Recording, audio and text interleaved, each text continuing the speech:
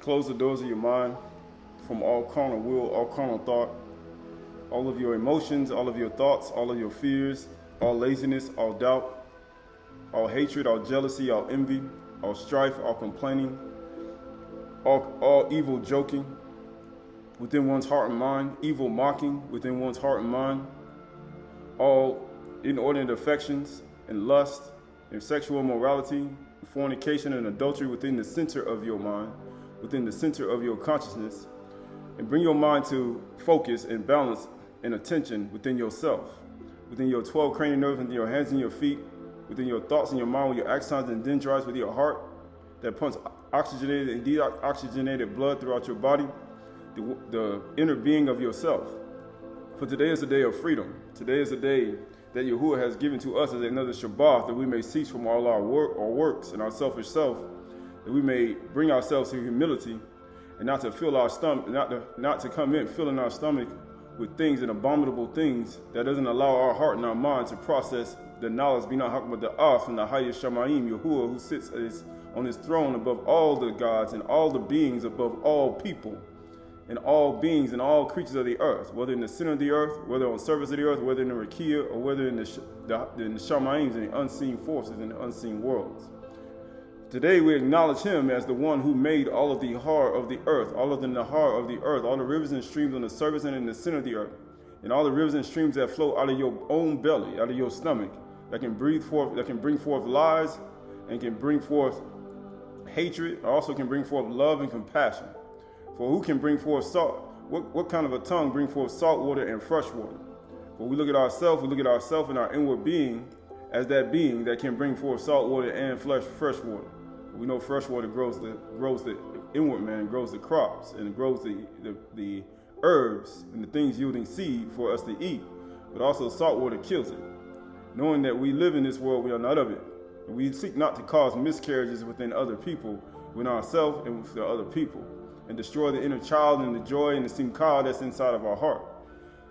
So today, as we move forward in the fruits of the Ruach. We move forward in kindness, ahab, joy, peace, patience, meekness, faithfulness, gentleness, self-control. But we will in no wise declare ourselves innocent when we are proven guilty within ourselves. For that is the life that one must live in the earth, and that is the life that one must understand in the earth. For we are living in a time that people are not aware of. Right? So this is the book of Exodus, Shemuth, chapter 23, Exodus, Shemuth, the book of Exodus, Shemuth, chapter 23, verse 1. It says, you shall not spread a false report, right? So he says, so you should not spread a false report. Why? Because if you spread a false report, then what happens to you? Then Yahuwah says you are a false witness according to Exodus chapter 20. You can read down for yourself. You are a false witness, right? You guys say it's a false report. And you should not join hands with a wicked man to be a malicious witness. So even if a person spreads a false report, you should not even join hands. You know how you say hand in hand, right hand of fellowship. You should have a right hand of fellowship with that individual. Why? Because if you do, then you are partakers in his evil deeds. Because you're not supposed to receive it in your house. Neither is supposed to give it greeting. Why? Because then you partaker in that person's evil deeds. Right? All this are a part of it. Verse 2 says, you shall not fall in with the many to do evil. So you should not even fall in with all the host of people to do evil. It doesn't matter who a person may be. It could be a member of your own life, a person you love with your whole heart, a person you defended your whole life. It could be a person that you love with all your heart, mind, and soul. It could be a human being that you never would thought would do such. He said, don't even join in with him. Nor shall you bear witness in a lawsuit. He said you shouldn't even bear witness in a lawsuit when it comes to these type people with false reports and malicious witness. Why? Siding with the many. You shouldn't even if it's a whole bunch of people, a whole bunch of men, a whole bunch of women ganging up on one man, or ganging up on one individual person, or a whole bunch of men ganging up on one person. He said you're not even supposed to do that either. He said, so why are we starting here? Right, and it says right here, it says siding with the many, so as to pervert justice. Because if you do that, you're going to pervert mishpat, justice, judgment.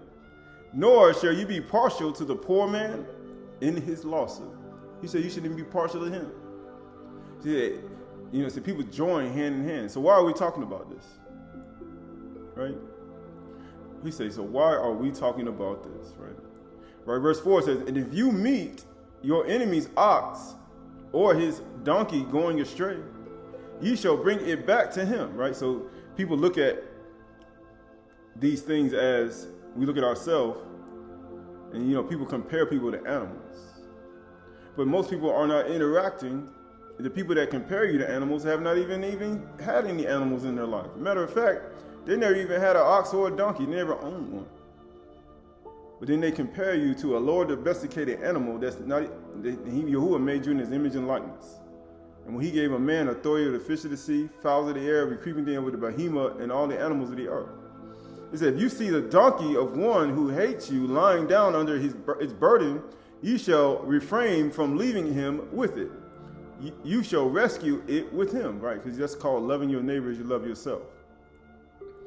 Verse 6 says, you shall not pervert the justice due to the poor in his lawsuit. He said, a poor man in his lawsuit? He said, he a poor man. He said, you don't pervert justice, because a poor man, when he brings somebody a lawsuit, 9 times out of 10, if he ain't a malicious, evil person, the rich man swindled that man out of money, or he swindled him out of his wages. Keep far from a false charge. Why? Keep real far from it. Like far. You could be in another country. You be like, I'm real far from that.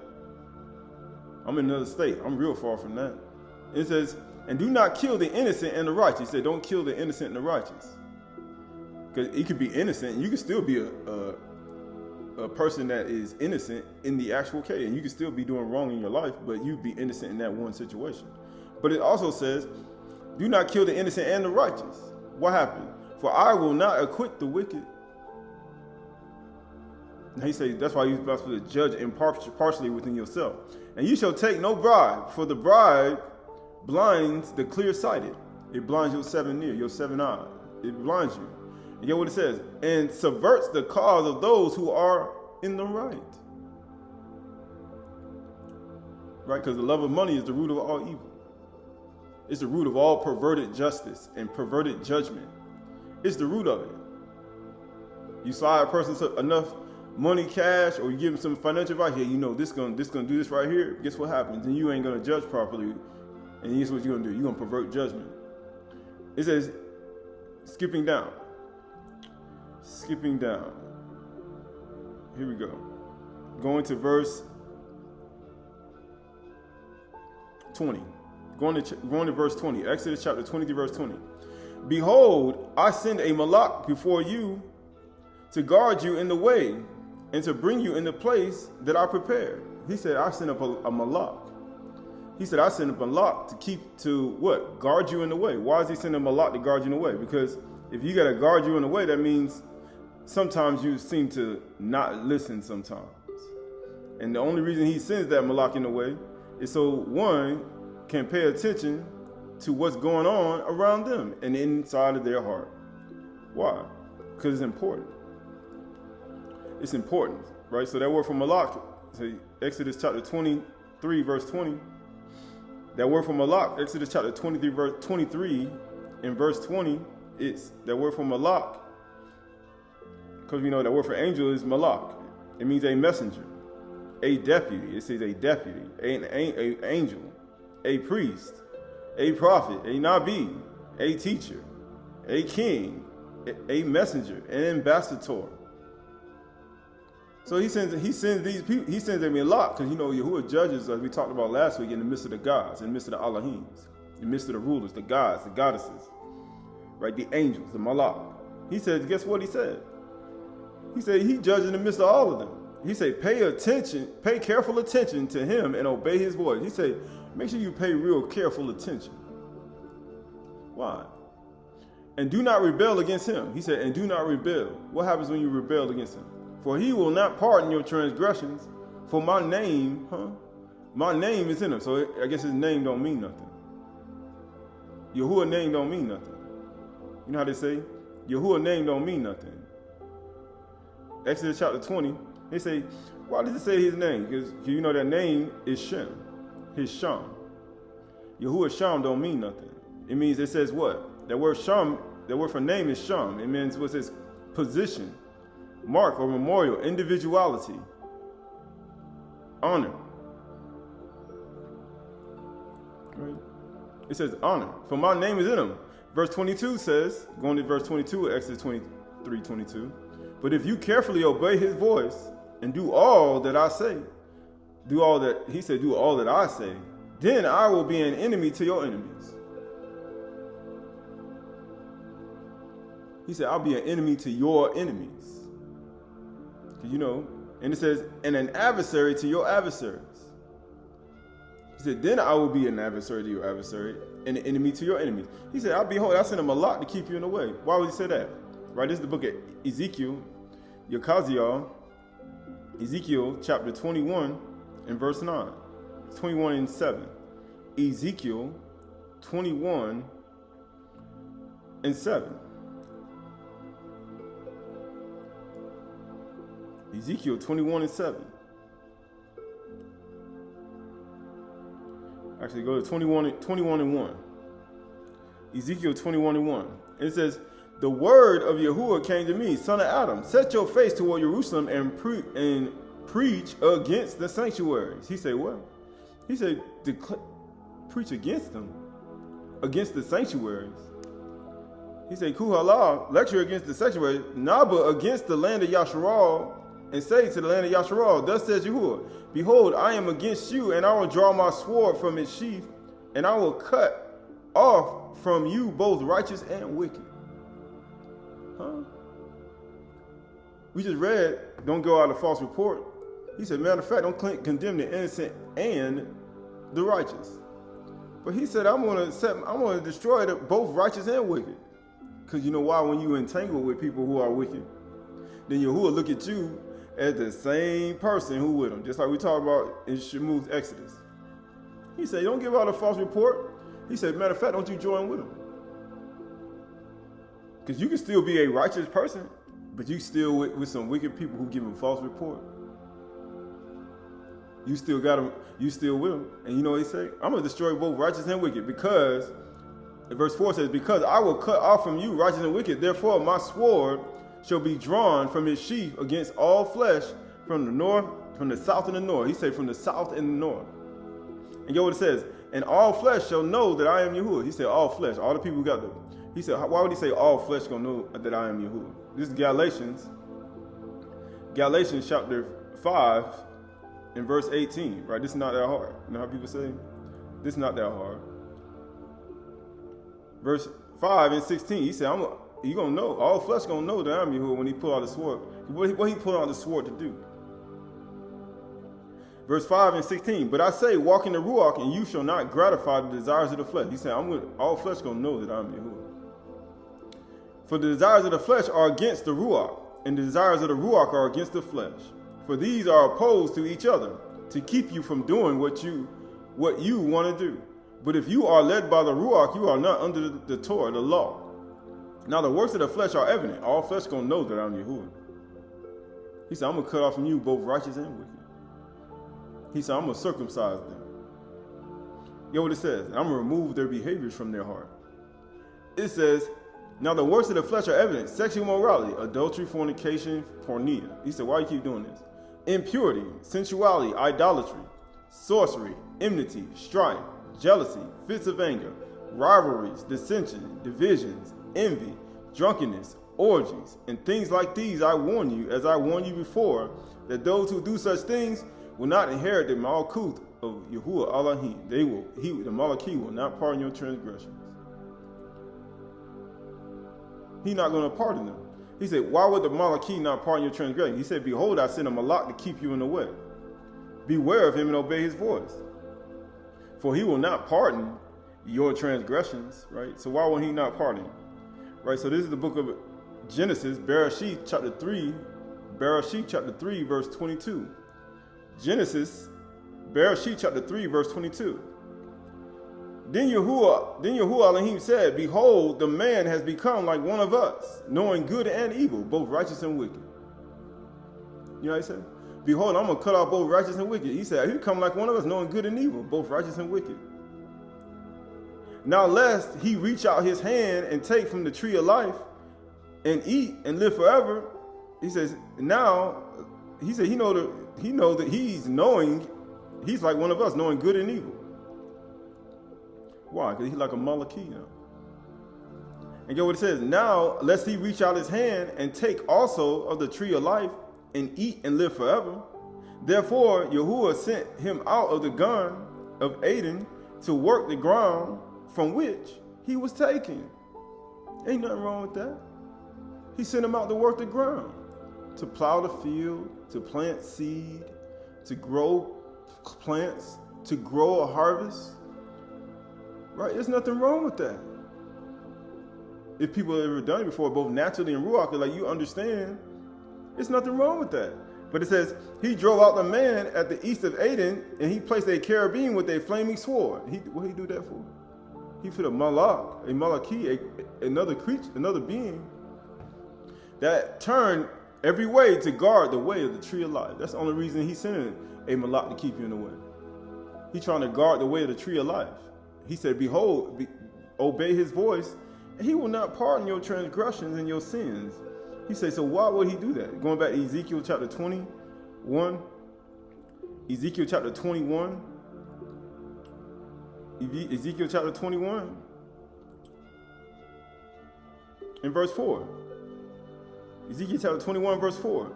Because I will cut off from you both righteous and wicked, good and evil. And he had a sword in his hand.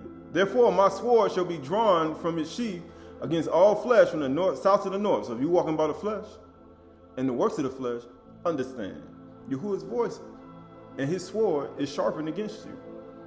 And it says, and all flesh shall know that I am Yahuwah. And you know what it says? And I have drawn my sword from its sheath, and it shall not be sheathed again. He said, you know what? I'm ready. Yahuwah's like, I'm ready to fight like a warrior. He said, I ain't putting that thing up. He said, I know you know how he says? He said, I know the wickedness of your heart. He said, I know what's in your heart. And he said, I ain't putting that thing up. He said, I know, I got that thing drawn. You know why? Because he could see you. And get what it says. As for you, son of Adam, grown with breaking heart and bitter grief. Why? Why would he say that? Grown before their eyes. He said, grown before their eyes. Cry out. Why would he say grown? Right, that Ezekiel 21 and 6. Ezekiel 21 and 6, Yakaziel 21 and 6, that word for grown, right? Just going to right quick.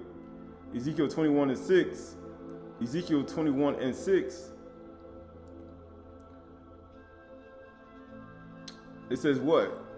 It says breaking of thy loins, right? So it says right here that word for sigh, that word for bitterness is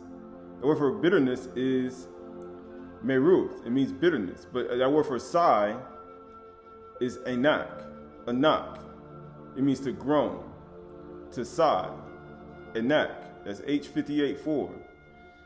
It means anak. It means to sigh, to groan before their eyes, before their ayin. Why?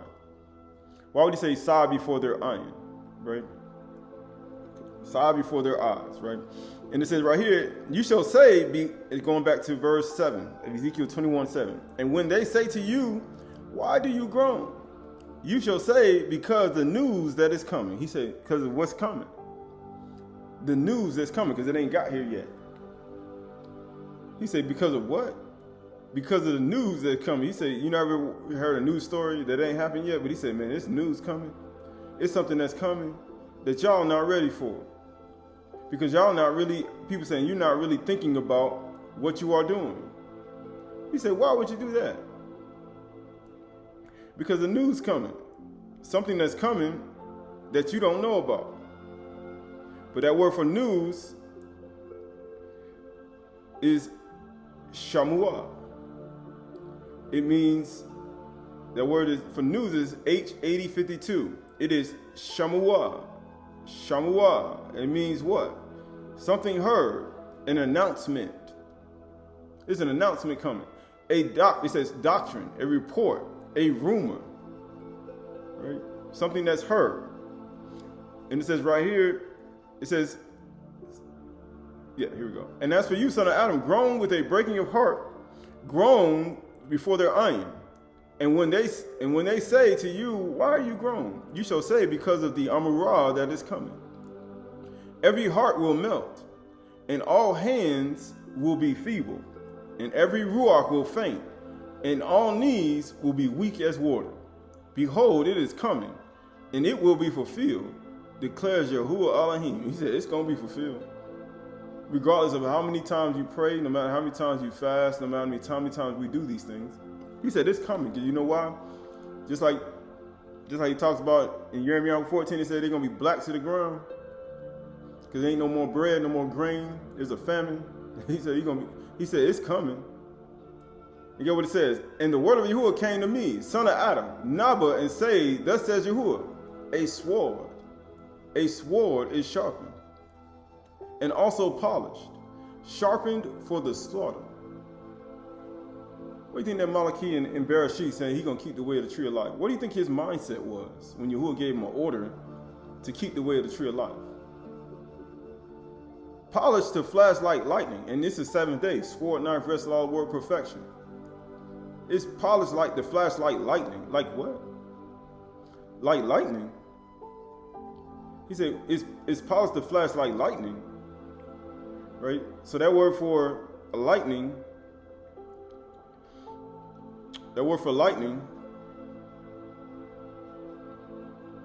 is marat. Actually, no.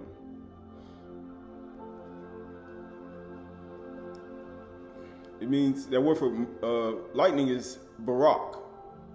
Baith, Rosh, and Kuth. It means lightning, a gleam, a flashing sword, to glitter, to lightning. That's what it means. It said a sword is sharpened, right? He said, why would he say a karab, kadad, and it says what? Tabak, barak, right? All these are a part of what? Marut, barak. All these are a part of what? His lightning. He says what? It is flashed like lightning. Verse, and it says, keep going. It says, or shall we rejoice? You have despised the rod, my son and daughter, with everything of wood. So the sword is given to be polished, that it may be grasped in the hand. It is sharpened and polished to be given to the hand of the slayer. Cry out and wail, son of Adam, for it is against the people, my people. He says, so why? He said, it's going to flash like lightning. He said, behold, I sent him a lot to keep you in the way. Right, so this is the book of Yasher, This is the book of Yasher, chapter 71. The book of Jasher, chapter 71, and verse 1. The book of Yasher, chapter 71, verse 1. And when Mashah was 18 years old, he desired to see his father and mother. And he went to them in Goshen. And when Mashah had come near Goshen, he came to the place where the children of Yasharal were engaged in work. And he observed their burdens and saw the Mizraim smiting one of his Abri brethren. And when the man who was beaten saw Mashah, he ran to him for help. For the man Mashah was greatly respected in the house of Pharaoh. And he said to him, my master, attend to me. This Egyptian came to my house in the night and bound me and came to my wife in my presence. He said he came to my wife, he raped her. And now he seeks to take my life. Now he's seeking to take my life. Because you know what happens when these beings, Asmodeus, and these beings, these demons, and the Toph, and all these beings start coming in your life? That's what they're coming to do. They're coming to take your life. Right? But it says, and when Mashah heard this wicked thing, because you know he getting ready to slay the righteous and the wicked, right? He heard it because he become like he understood that this is wicked, man. This is evil. You know, not today it's not. They pass laws say it's illegal, right? But of course, you know this ain't. But at the same time, in some places it is. And it says his anger was kindled against the Egyptians. So his anger was not geared towards, oh, he's just angry for no reason. he had a reason to be angry. Because if you're off and getting angry about it, there's something wrong with you. You should be angry at stuff like this. Something should happen. And it says right here, and he turned this way and the other, and when he saw there was no man there, he smote the Egyptian and hid him in the sand. He executed judgment on him. And you know what it said? And delivered the Abri from the hand of him who smote him.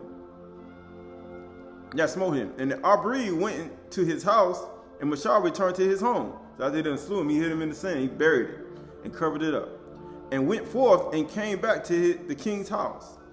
And when the man had returned home, he thought of repudiating his wife. Why? For it was not right in the house of Yaakov for a man to come to his wife after she had been defiled. He said, it's not right. That's why he's like, I'm going to repudiate it. I'm going to get rid of him. Act like I don't even know it. Because he said, after you've been defiled, he said, I can't do that. You know what it says? And the woman went and told her brothers. You know what happened? What she did?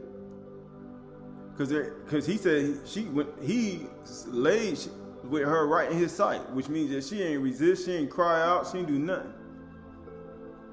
So he already knew. Look at here.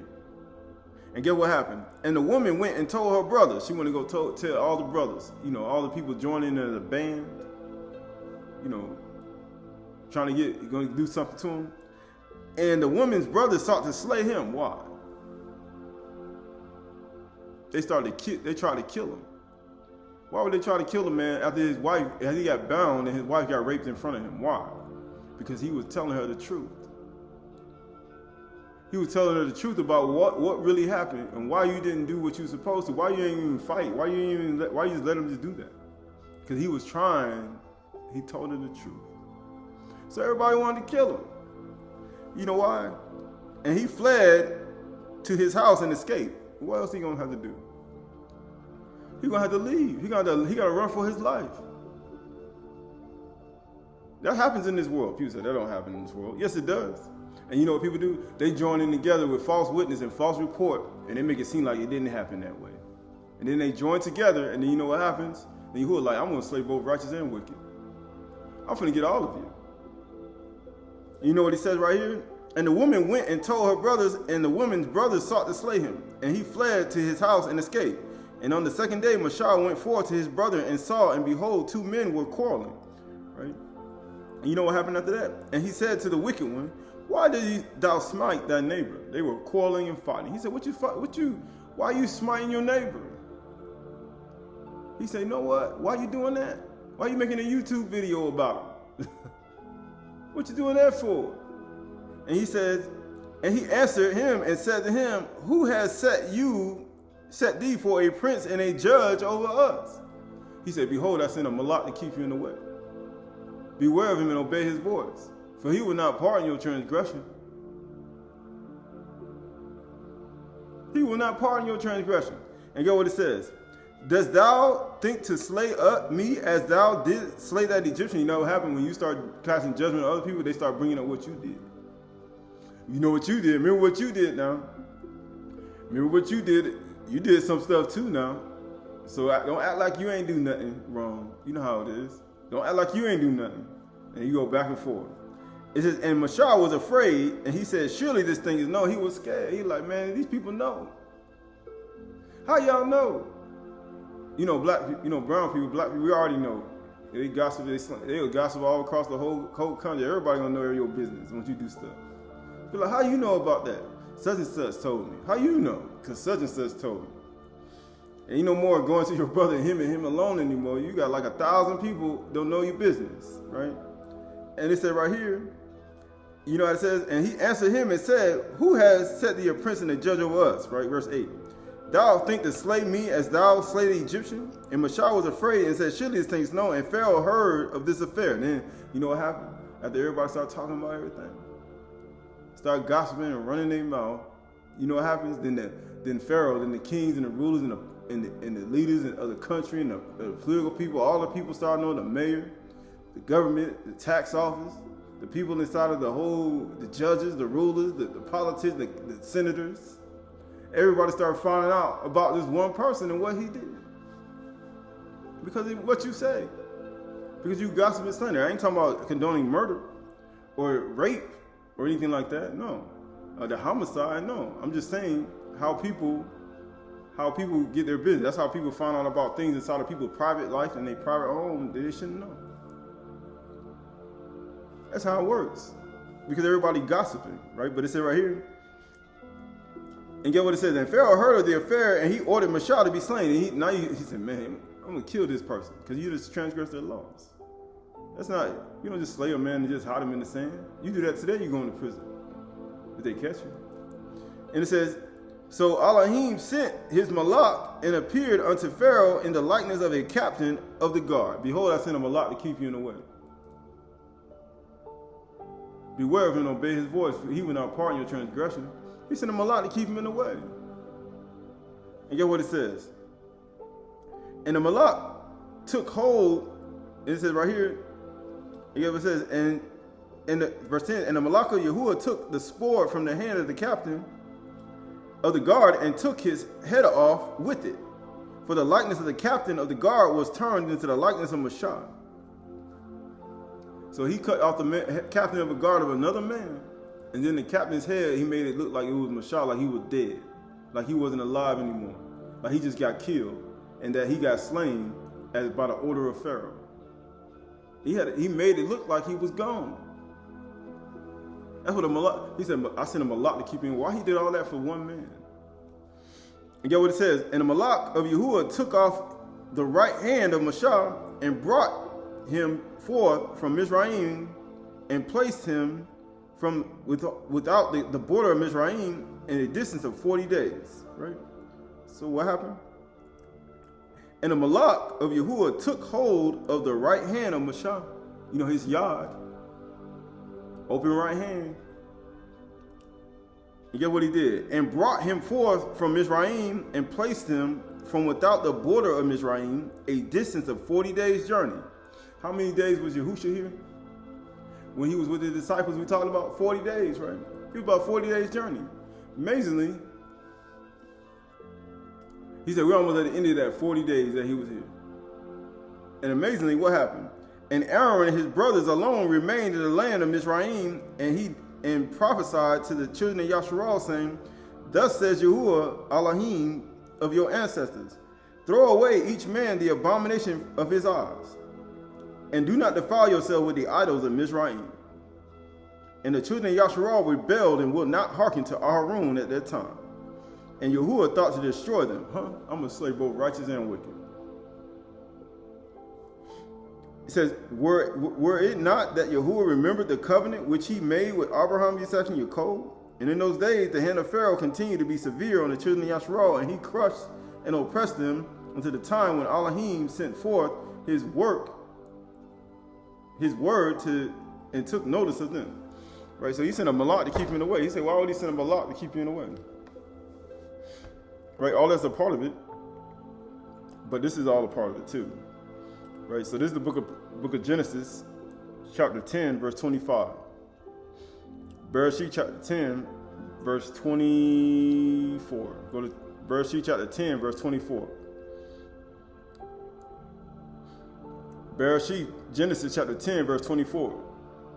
And Arphaxad fathered Shelah, and Shelah fathered Eber.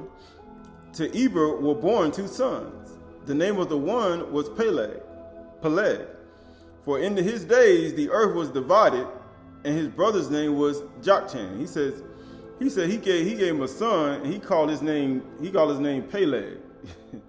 Right? He called his name Peleg. Right? So that word for Peleg, I hope you know this, but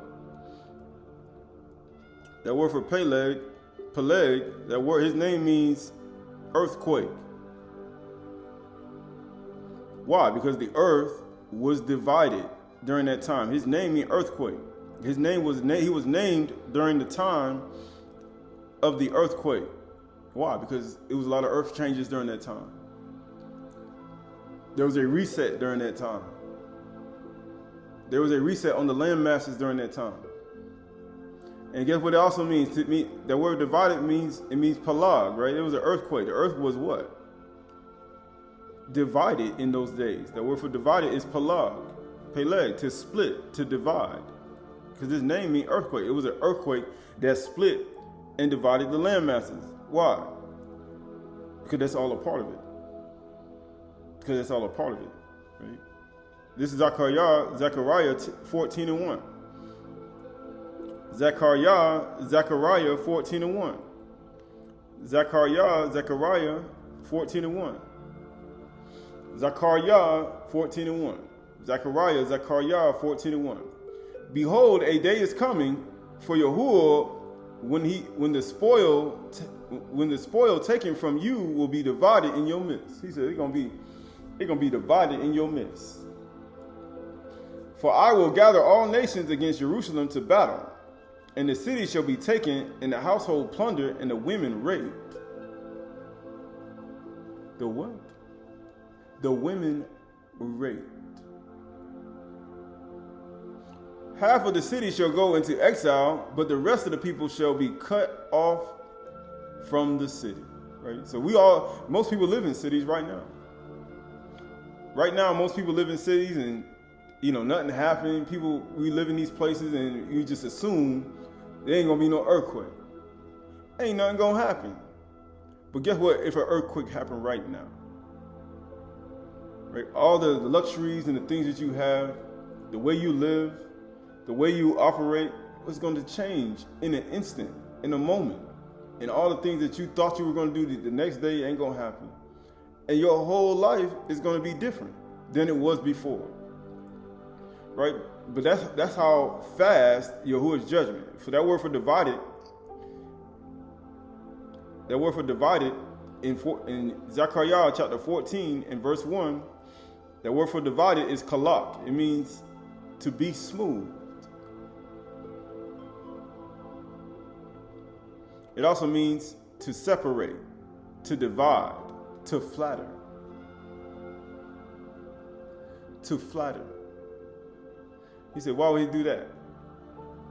He said they're going to be smooth and divided, and they're going to be flattering in Jerusalem, in the midst of Jerusalem. And get what it says, verse 4 says, and on that day, Zechariah chapter 14, verse 4, and on that day, going to verse 3. Then Yahuwah will go out and fight against those nations as when he fights in the day of battle. That's what he's going to do after they do that to you. You know what happens? And on that day, his feet shall stand upon the Mount of Olives. He's going to stand on the Mount of Olives, which is a Shabbat day's journey from Jerusalem. Right? Which is about 12 hours. Right?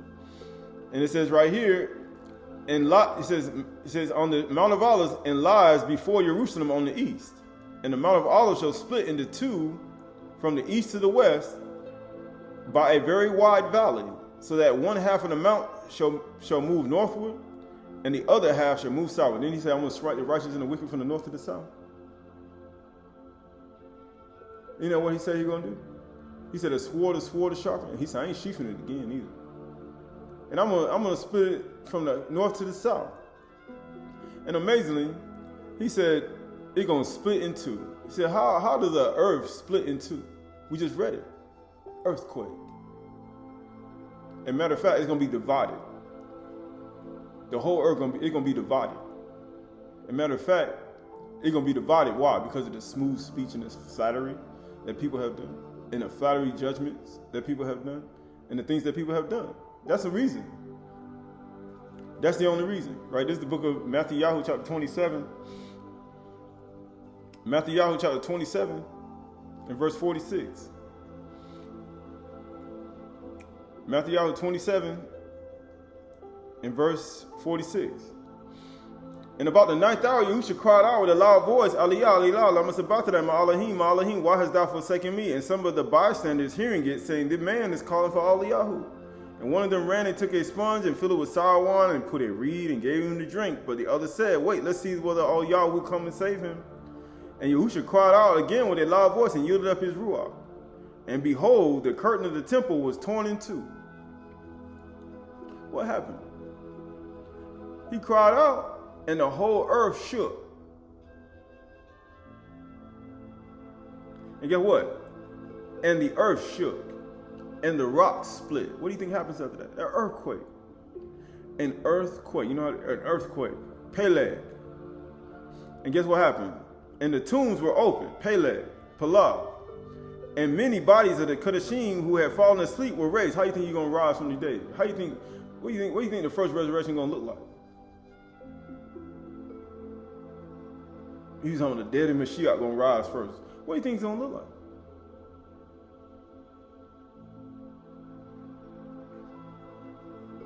And it says, who had fallen asleep were raised. What do you think it's going to look like? There's going to be some real strong earth changes going on around on the earth when this happens. The dead and Mashiach going to rise first. It's going to be some real earth changes going on. And it says, and coming out of the tomb after his resurrection, and they went into the Qahalath city and appeared to many. There's going to be some real earth changes going on. And why we say that? He said, why we say that? Right, so this is the book of 1 Kings chapter 19. 1 Kings, Malaky, 1 Kings chapter 19. 1 Kings chapter 19, 11. 1 Kings chapter 19, 1 Kings chapter 19, verse 11, verse 10. 1 Kings chapter 19, verse 10. Actually, no. Yeah. 1 Kings chapter 19, verse 9. And there he came to a cave and lodged in it.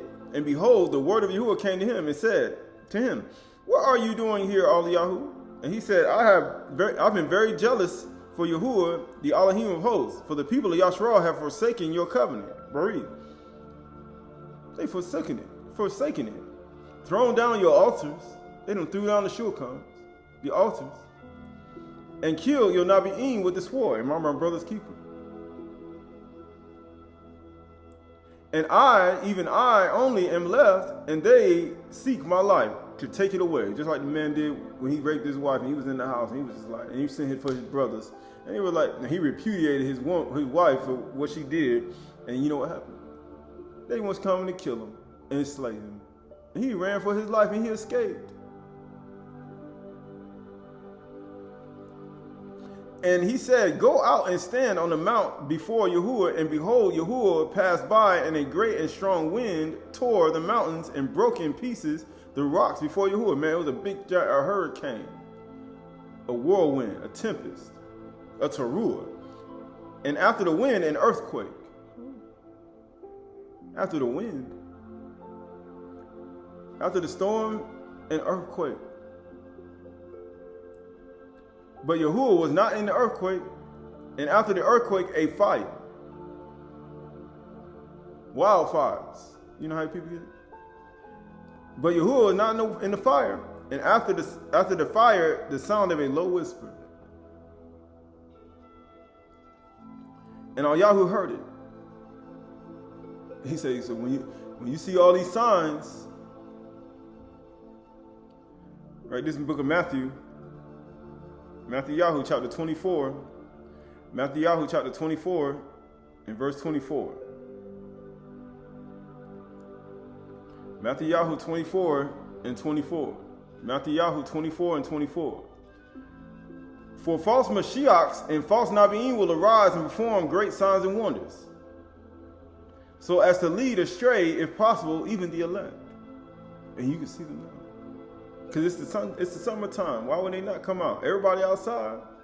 Everybody on the corner. Everybody at the festivals, the music festivals, the events and everything. Why would they not show up? It's the time. Everybody in the wintertime, nobody outside. It's cold. And get what it says. See, I have told you beforehand. For if they say to you, look, he is in the wilderness, do not go. If they say to you, he is in the inner rooms, do not believe it. For as the lightning, a sword is sharpened. Sharpened for the slaughter. He said it gleams. He said Marut. He said what? Barak. It's like a lightning. For as the lightning comes from the east and shines as far as the west, so will the coming of the Son of Adam. Wherever the corpse is, there will the vultures be gathered. He said, because I'm going to slay the righteous and the wicked.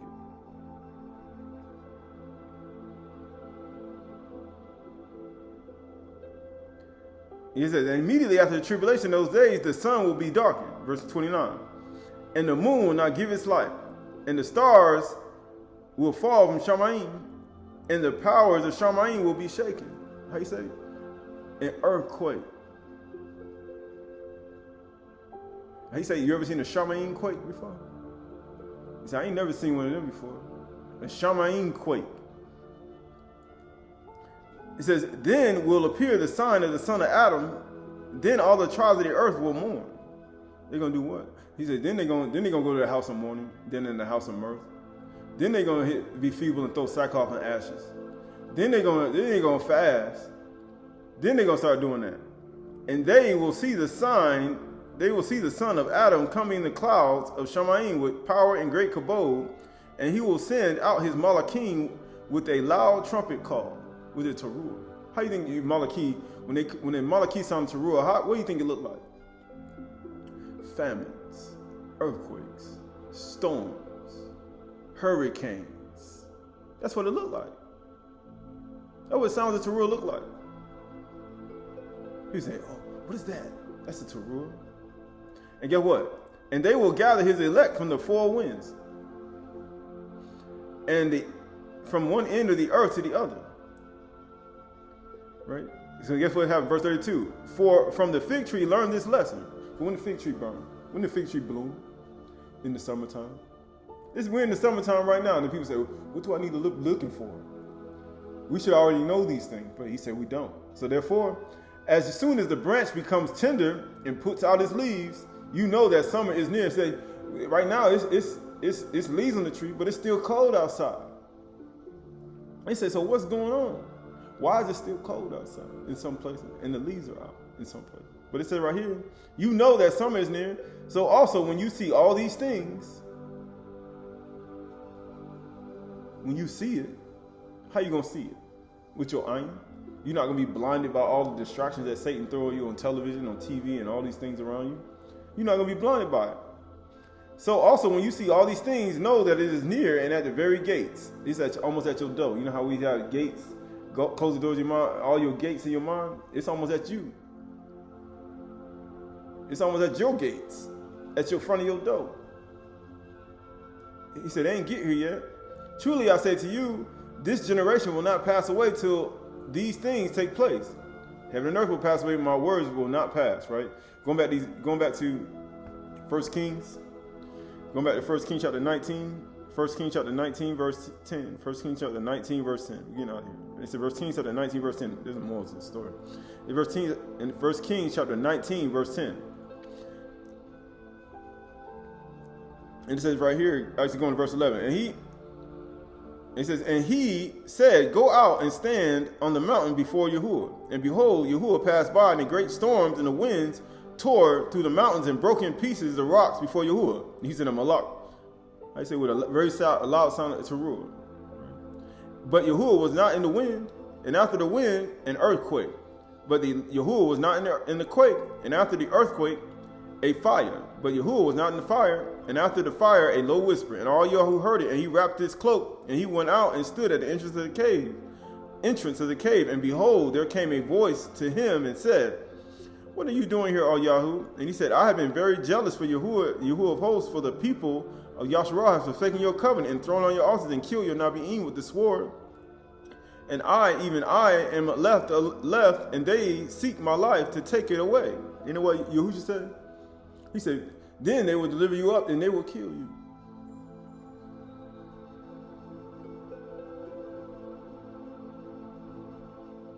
He said, they're going to kill you. They're going to seek your life. And Yahuwah said to him, go, return on your way to the wilderness of Damascus. When you arrive, you shall anoint Hazael, the king of Syria, and Yahu, the son of Nimshi, and you shall anoint him king over Yasharah. Right? We're going to look at all that. Going to Yeshayahu chapter 29. Actually, Ezekiel chapter 3. Ezekiel chapter 3. Ezekiel chapter 3. Ezekiel chapter 3. Let's go to Ezekiel chapter 3. Ezekiel chapter 3. Ezekiel chapter 3 and verse 11. 11. Ezekiel chapter 3 and verse, go to 3 and 4. Ezekiel chapter 3 and 4. Yekaziel 3 and 4. And he said to me, son of Adam, go to the house of Yasharal and speak my words to them. For you are sent to a people, you are sent not to a people, you are not sent to a people of foreign speech and a hard language, but to the house of Yasharal. Right? Because there are a lot of hard languages on the earth. There are a lot of hard speeches. But get what it says. Skipping to verse 11. Skipping to verse 11. Actually going to verse 10. Moreover, he said, son of Adam, all my words that I shall speak, you receive in your heart, and hear with your ears, and go to the exiles to your people, and speak to them, and say to them, thus says Yahuwah, whether they will hear or whether they refuse. Then a ruach lifted me up, and I heard behind me a voice of a great earthquake. He said, it was behind me a great earthquake. And get what it says. Barak be the kabod of Yahuwah from its place. Barak be the glory of Yahuwah from its place.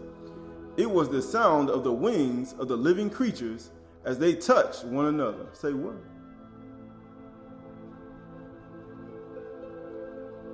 He said, what's an earthquake? It's the sound of living creatures, what? As they touch one another, and the sound of the wheels beside them, and the sound of a great earthquake. You know the sound of a great earthquake, you know. You hear the ground rumbling, you be like, man, what is that? But then you understand that ain't got nothing to do with what you're thinking.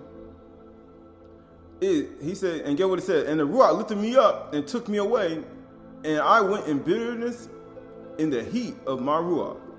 The hand of Yahuwah was strong upon me, and I came to the exile of Talib, and who were dwelling in Kibar Canal, and I sat where they were dwelling, and I sat there overwhelmed among them 7 days.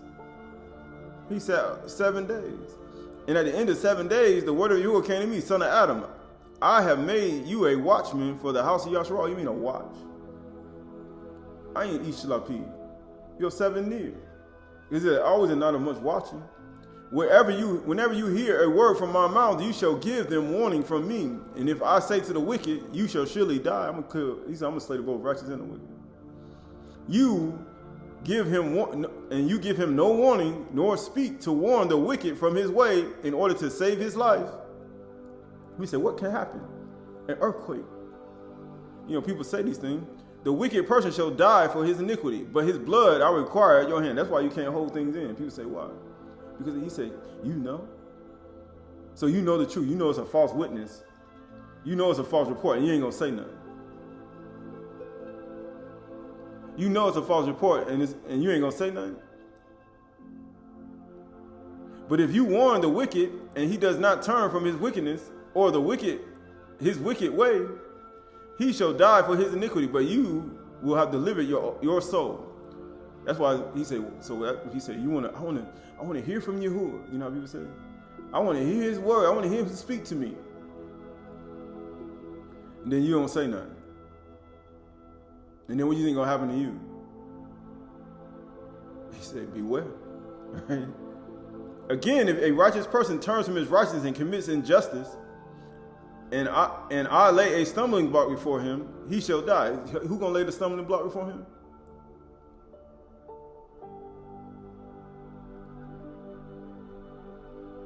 Right? Because you have not warned, he said, he shall die. Because you have not warned him, he shall die for his sin. And his righteous deeds that he has done shall not be remembered. For his blood I will require at your hand.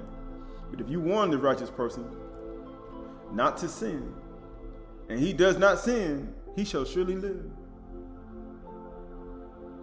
Because he took warning, and you will have delivered your soul. So he said, I want to hear from Yahuwah. But he said his voice like an earthquake, like the cherubim, the wings touching each other. He said, so what type of earthquake? He said, so what is that? Right? So what is that? Right? This is the book of Amos, chapter 1, verse 1. Amos, the book of Amos, chapter 1, verse 1. Amos, chapter 1, verse 1. Amos chapter 1, verse 1.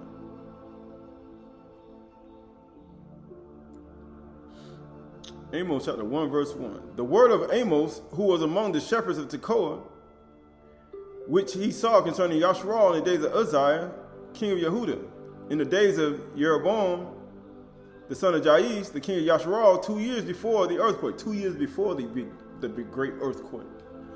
So he giving you warning 2 years before the earthquake. You know how he says, if you warn the wicked person to save his life. You know, he said, well, why were you warning people about earthquakes? People saying, you see around the world, there are earthquakes everywhere. There are earthquakes in Indonesia.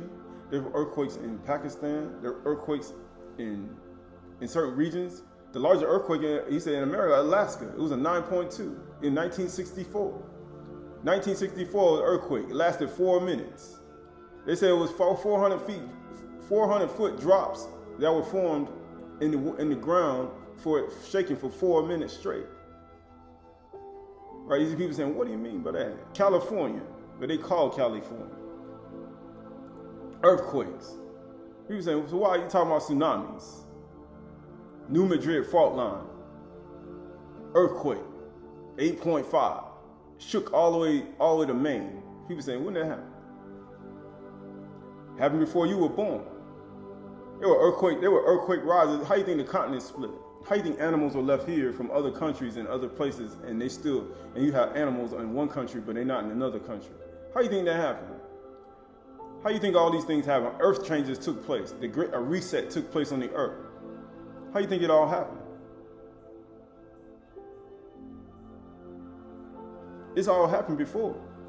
Yahuwah will give you a warning before these things happen, before he sends his judgment, before he sends his earthquake, because of the sins of Yasharal, because of the sins of the people. He already does it. And they get in the birth pains get closer and closer and closer and closer together to win. Then it all explodes right on top of your head. Just like in 2011, when it was actually an underground earthquake, they had buoys that measured 1,000-foot drop in the sea level at one time. In the Indian Ocean, in those areas of New Zealand and all of those places over there. In 2011, the sea level dropped 1,000 feet, and then it rose back up 1,000 feet. Who's gonna survive that? If that happened right now.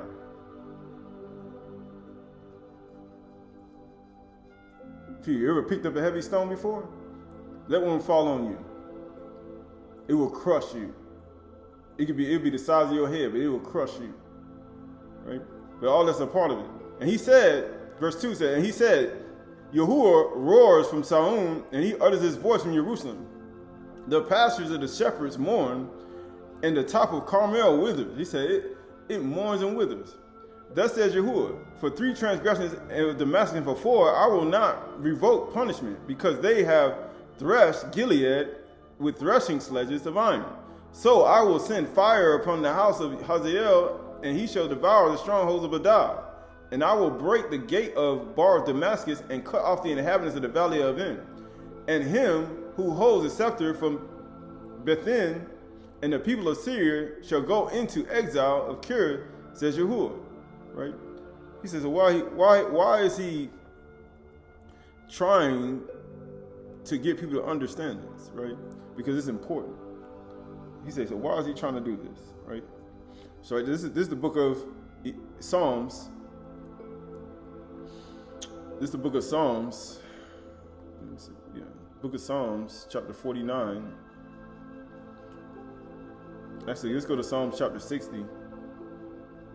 Psalm chapter 60 and verse 1. Psalms chapter 60 and verse 1. Psalm chapter 60 and verse 1. O Yahuwah Elohim, you have rejected us, broken our defenses. You have been angry. O restore us. You have made the land to quake. So what do you think Yahuwah is doing when these things happen in your area, in your region? You have torn it open. What do you think is getting ready to happen? Repairs its breaches from its totters. Repair its breaches from its totters. You have made your people see hard things. He said, you ain't seen nothing yet.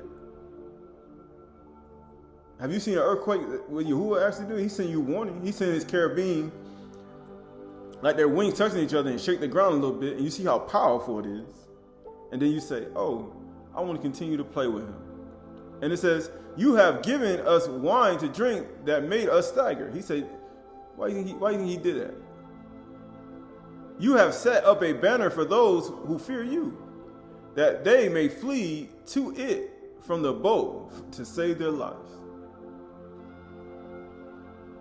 That's why you set up a banner. I'm trying to save your life. He said that your beloved ones may be delivered. Why do you think he's trying to get you to save your life? You say to that wicked man, that wicked woman, that wicked child, you shall surely die. He says, if they don't seek to escape and save their life, he said, guess what? You warned them though.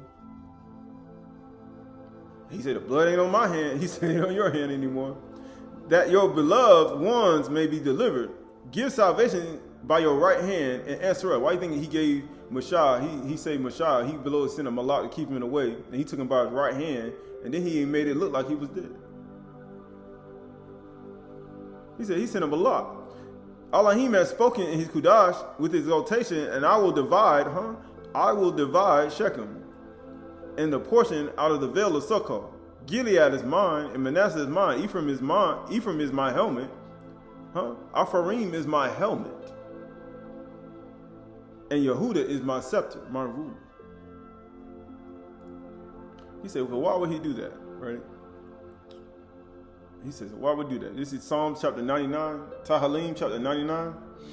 Psalms Tehillim chapter 99 and verse 1. He said, Yehuda is his scepter. Apharim is the helmet. Right? This is Psalms. Why do we say Apharim is his helmet? We're gonna find out. We'll figure it out. It says, Psalm chapter 99 verse 1. And it says, Yahuwah reigns, let the people tremble. He sits enthroned upon the cherubim. Let the earth quake. And it says, Yahuwah is great in Saum. And what happened? He is exalted over all peoples. Let them praise your great and awesome name. His name. Get what it says? Qhdsh is he, is you. You know how people say? Qhdsh, I am. I'm the most Qhdsh thing on earth. No. Qhdsh is he. The king in his might loves justice, loves no partiality in judgment. You have established equity. You have executed justice and righteousness in your code. Exalt Yahuwah our Elohim, worship at his footstool. Qhdsh is he. He said, worship at his footstool. Qhdsh is he, right? This is Yeshayahu, Isaiah, chapter 64. Yeshayahu, chapter 64. Yeshayahu, chapter 64. Yeshayahu, chapter 64. Yeshayahu, chapter 64, and verse 1.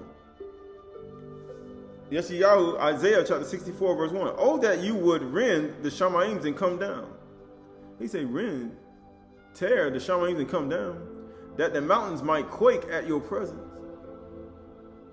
He said, you're going to divide the Shamaim, and he gonna come down, and the what?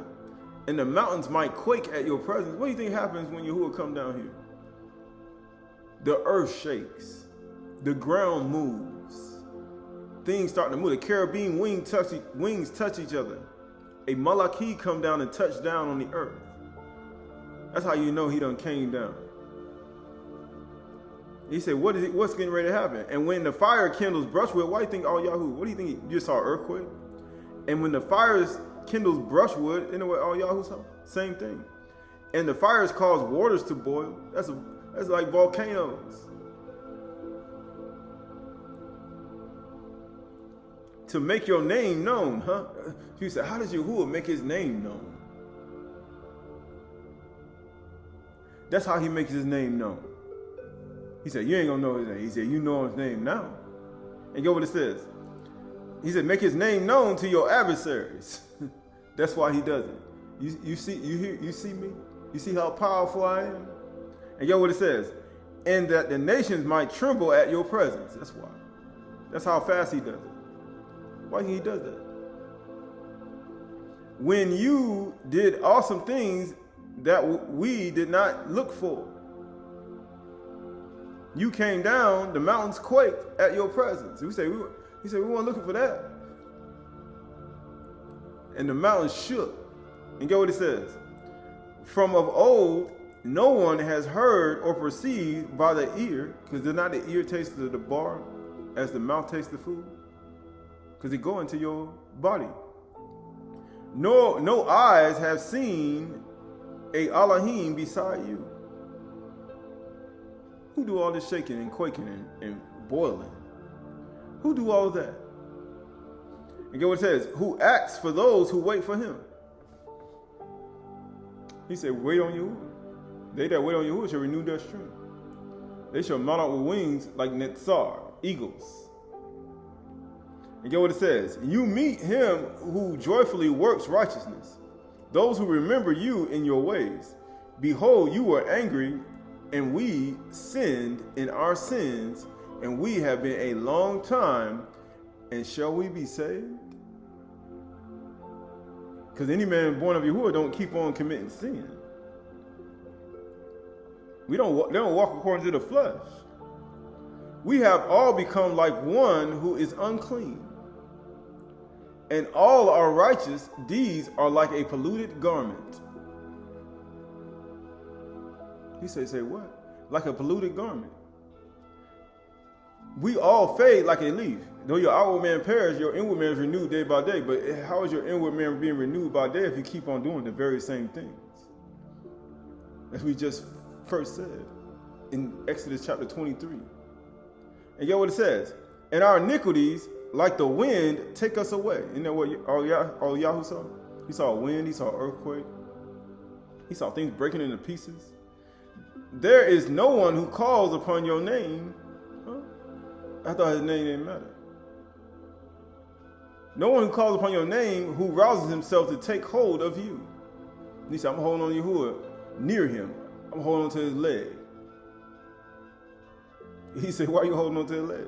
Because that's the only person that's going to save me. He's like a child holding on to their father's leg. And get what it says. And he says, hold on to you, of you. He said, I won't let you go till you barak my soul. Until you save me. And get what it says. For you have hidden your face from us.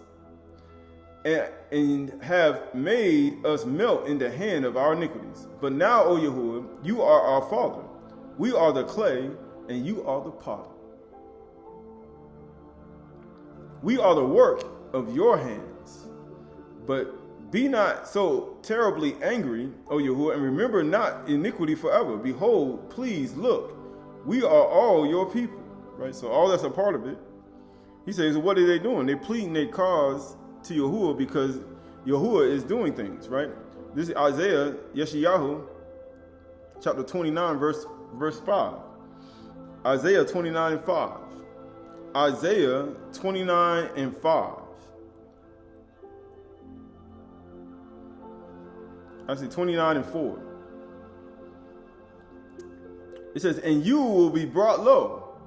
From the earth you shall speak. And from the dust your speech will be bowed down.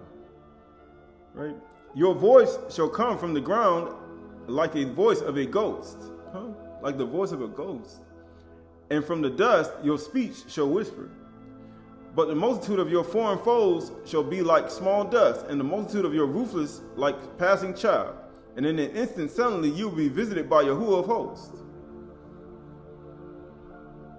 You can be visited by Yahuwah of hosts with what? With thunder. Do we have thunder? What comes with thunder? Lightning. A sword is sharpened for the slaughter.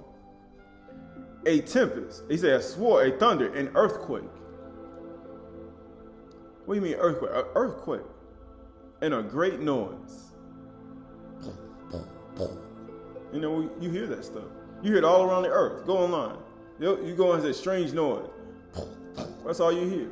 And you see earthquakes. That's all you're seeing. Birth pains. You get what it says?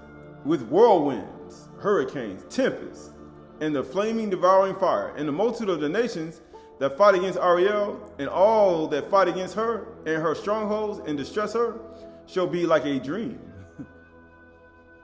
You know how fast your life can change when those things strike you? You'd be like, man, I didn't even know this was going to happen. He said it'll be like a dream and a vision of the night. It'll be gone. One moment your life will be one way and it'll be another way the next day. And as when a hungry man dreams, and behold, he is eating and awakes with his hunger not satisfied, because there's going to be a famine. You ain't ready to go and do the things you used to do before. And guess what it says? And awakes from his hunger. Or as when a thirsty man dreams, and behold, he is drinking, and awakes faint, with his thirst not quenched. So shall the multitude of the nations be that fight against Mount Zion. He said, you're going to be a famine, pestilence, earthquakes, all many types of disasters on the earth because of what people do. You fighting against Mount Zion. He said that's what's going to happen.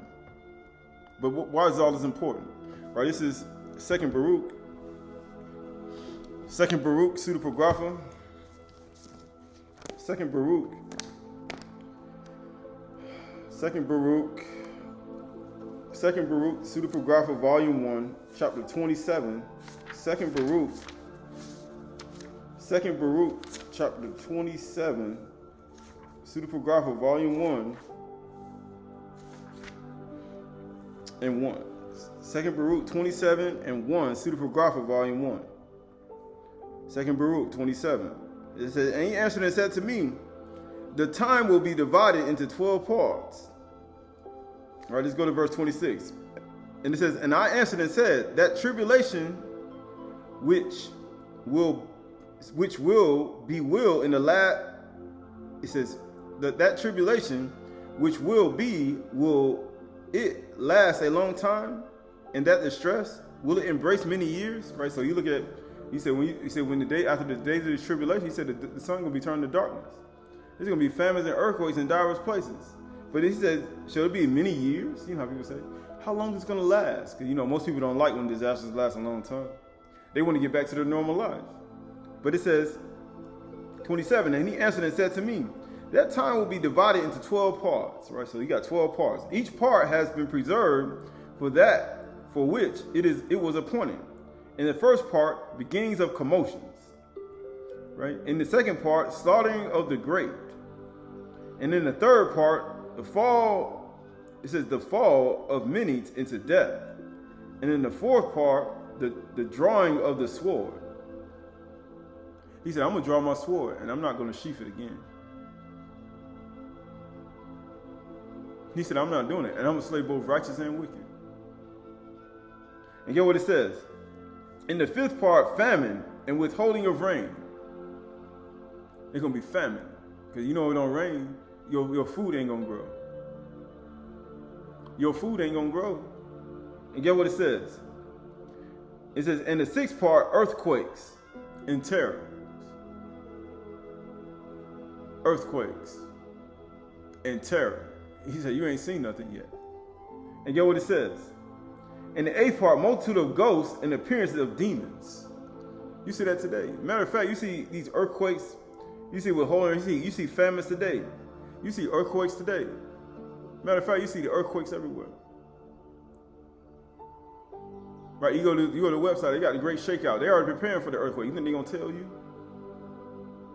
They already have that great shakeout. You're already ready. They're getting ready for the great shakeout. We ain't talking about the stock market. We ain't talking about investments. They're getting ready for the reset on the earth. You're in a pole shift right now. Storms are now going north. They're supposed to go south, and they're going south. They're supposed to go north. The pole shift already shifted from Siberia. It's already been moving. It's been moving for the last it's been moving since for the last 15 years. It's already moving. It's at the tipping point. Like, who can make the pole shift go slow? Be nice and slow and steady. Where you won't even notice it. But he can also make the pole shift go all at once. And then guess what? Boom. It's going to hit you in a moment, in a twinkling of an eye. And your whole life will be changed in a moment, in a twinkling of an eye. So how fast you think you're going to be able to repent for sins when they happen to you? Think about that. It says in the 8th part, multitude of ghosts and appearance of demons. You see this all on the plane. People just started going crazy. Demons on the plane. They should make a movie called Demons on the Plane. Like people shape shifting and changing it, and people just going absolutely insane. Shadim everywhere. Spirits everywhere. People fighting in the street, fighting in Walmart, fighting in the corner, just beating people up for no reason in schools, destroying people for no reason. You get what it says? In the 9th part, fall of fire. She said, fall of fire. That's asteroids. You know what they call asteroids? Falling of fire. Rocks with fire on it. You get what it says? In the 10th part, rape and much violence. Didn't we just read that? In Zechariah chapter 14, he said, your women gonna be raped. Isn't that what happened to the Egyptian man we just read about?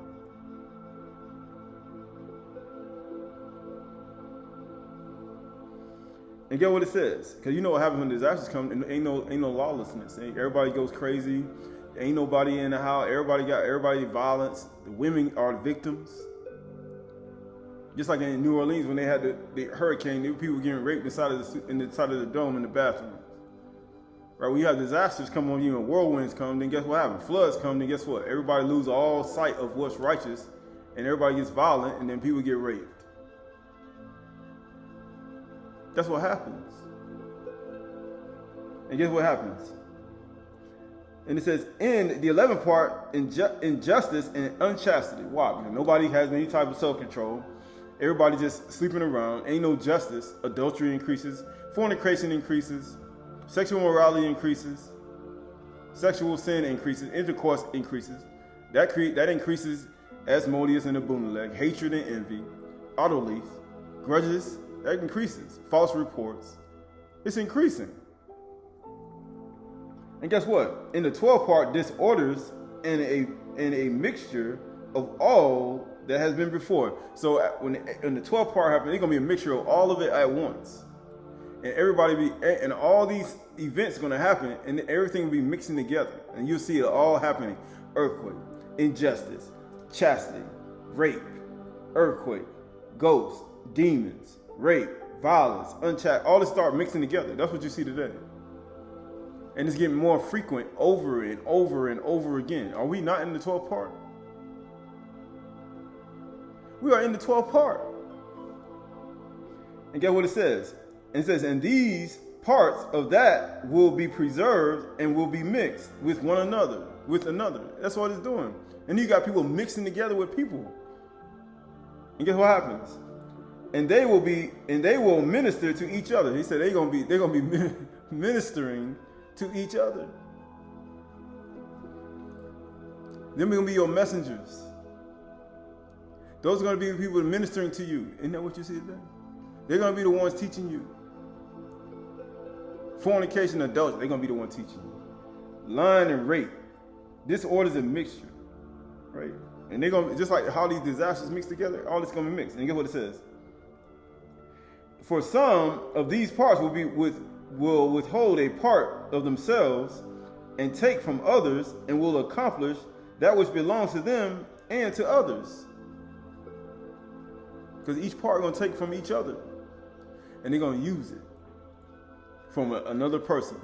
And guess what happens? Then you go from one person to another person, another person, another person, another person, another person, and they take from each other, and then they accomplish what they want to do in each other. It says, hence, those who live on earth in those days will not understand that is the end times. He said they're going to take from each other, going from one person to the next person, to another person, to another person. And guess what? You ain't going to know it's the end time, because everybody's going to be confused. Because it says everyone's going to be confused. Right? Verse, and he's right here. Yeah, let's get out of there. But at the same time, he said all that's going to be confused. It's all going to happen. And it's happening right now. So this is the book of Acts chapter, the book of Acts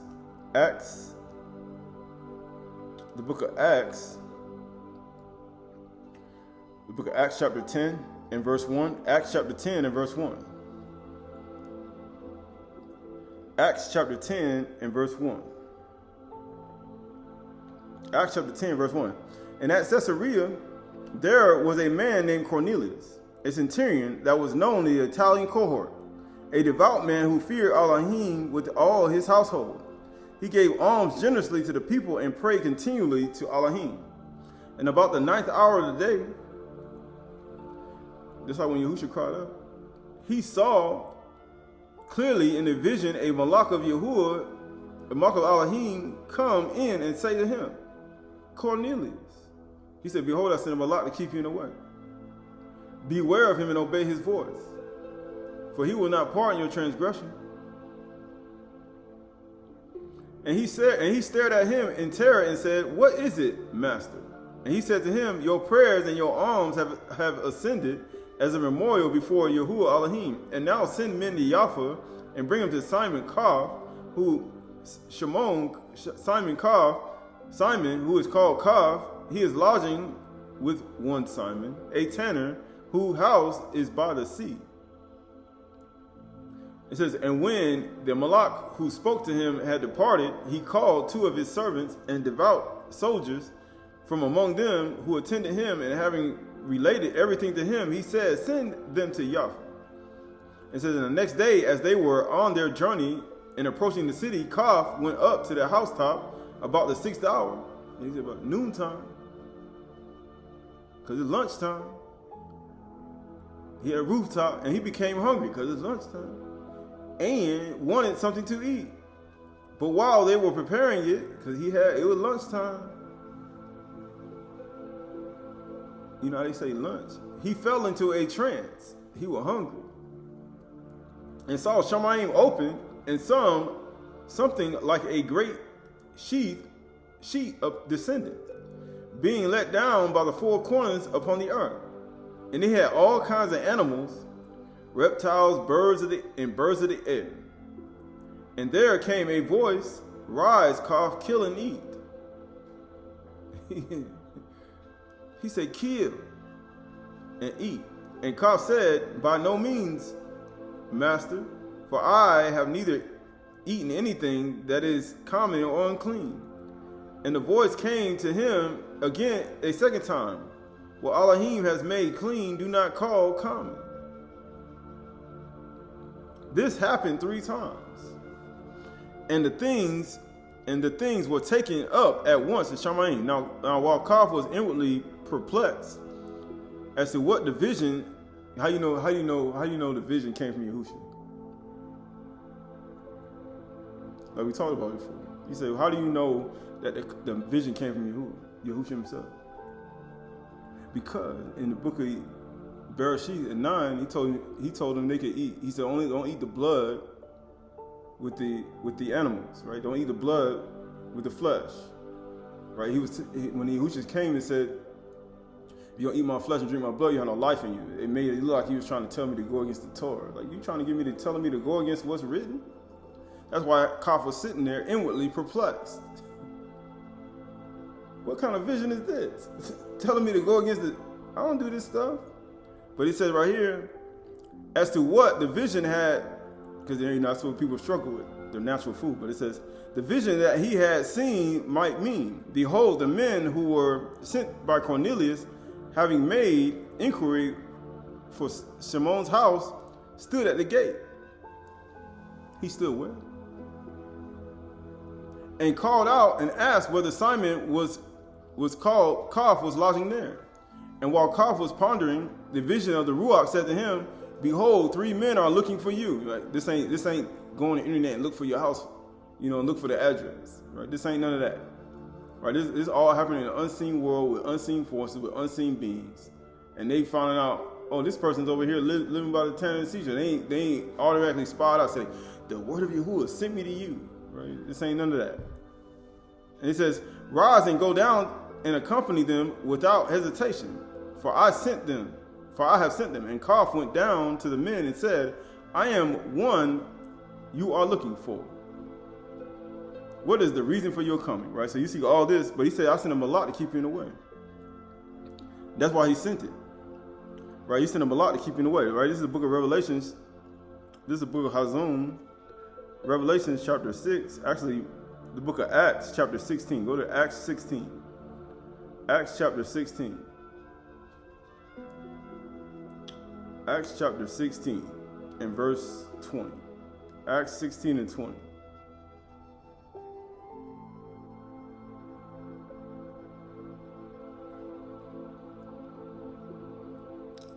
Actually, go to Acts 16:16. Actually, yeah.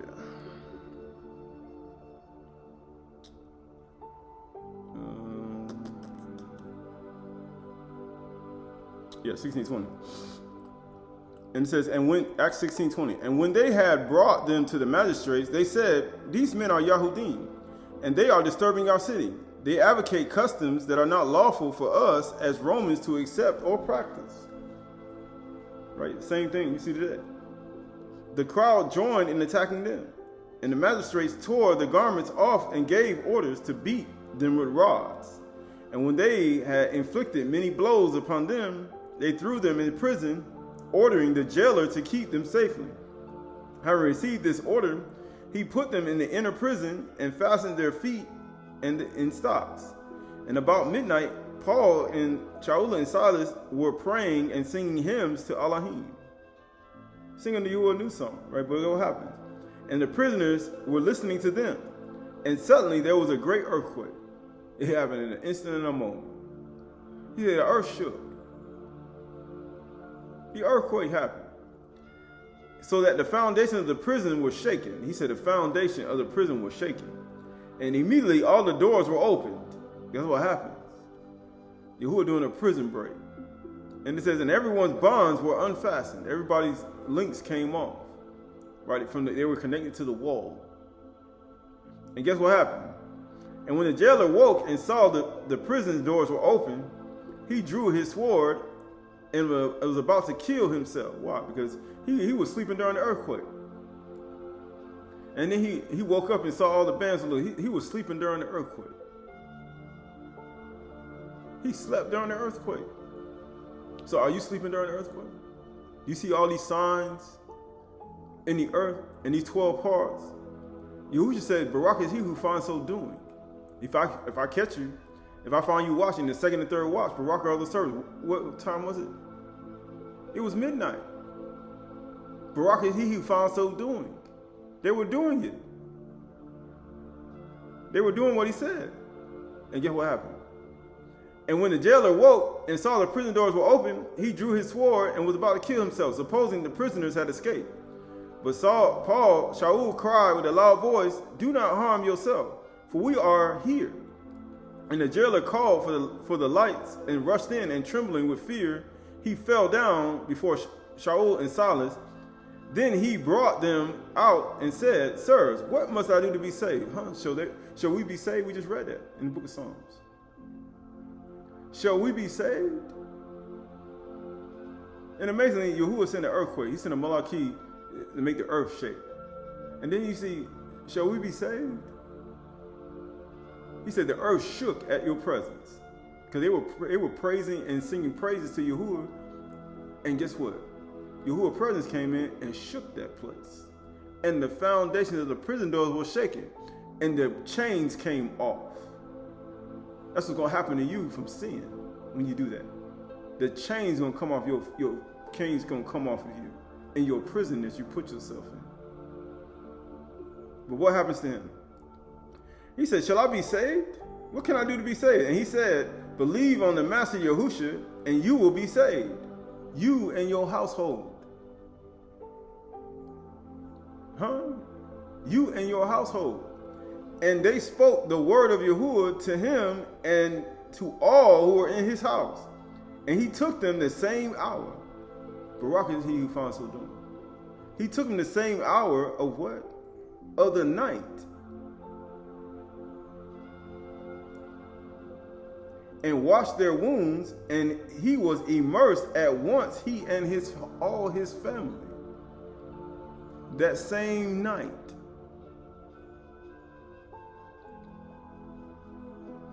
Because if Yahuwah should come in the second and third watch, Barak are those servants who you find so watching. Because he told Yakaziah, I made you a watchman for the house of Yahshua. Matter of fact, I made everybody a watchman, as we spoke about in the Qahalath. And every eye is supposed to be open. Ayin each lapid. And your flaming torches is supposed to be burning. But it says right here, then he brought them into his house and set food before him. And he rejoiced along with his entire household that he had believed in Elohim Yahuwah. So all this took place. And he said, behold, I sent a Malaky to keep you in the way. And you can see. So how do we know this? Right? He says, so how do we know this? Right? Going to the book of Matthew. The book of Matthew. I think it's 20. Yeah, book of Matthew. The book of Matthew, chapter 28, verse 1. Matthew Yahoo, chapter 28, verse 1. Now after the Shabath, toward the dawn of the first day of the week, Mary Magdalene and the other Marine went to see the tomb. And behold, there was a great earthquake. He said, have you seen a great earthquake yet? For the Malak of Yahuwah descended from Sha'ny and came down and rolled back the stone and sat on it. That's how strong the Malaky is. They can roll back stones. And guess what? And the earth shook when it came down. Just like the Malaky and their wings touching each other. And the earth quakes. What you think happened in the prison? What you think happened with Yahoo? What you think happened during the Peleg?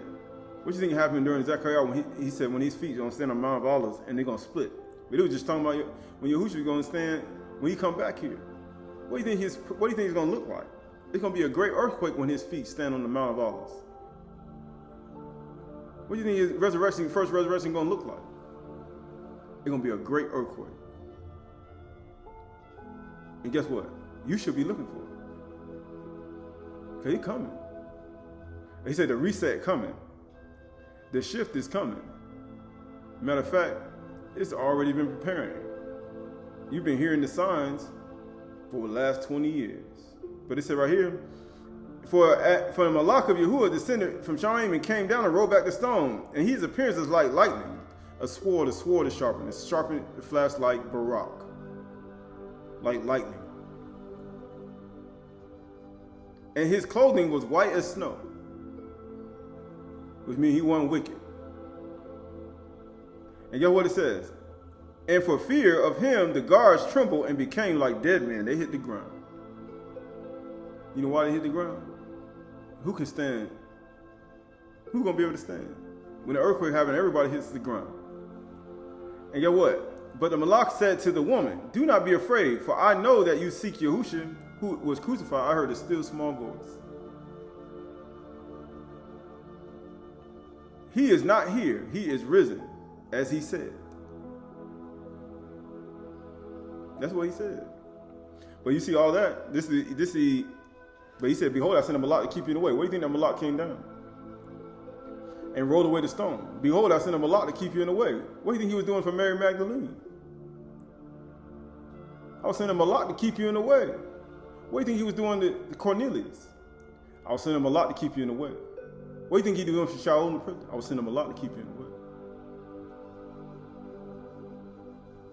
Right, this is Acts chapter 16. Acts chapter 16, we almost finished. The book of Acts chapter 16. Acts chapter 16. Actually, let's go to,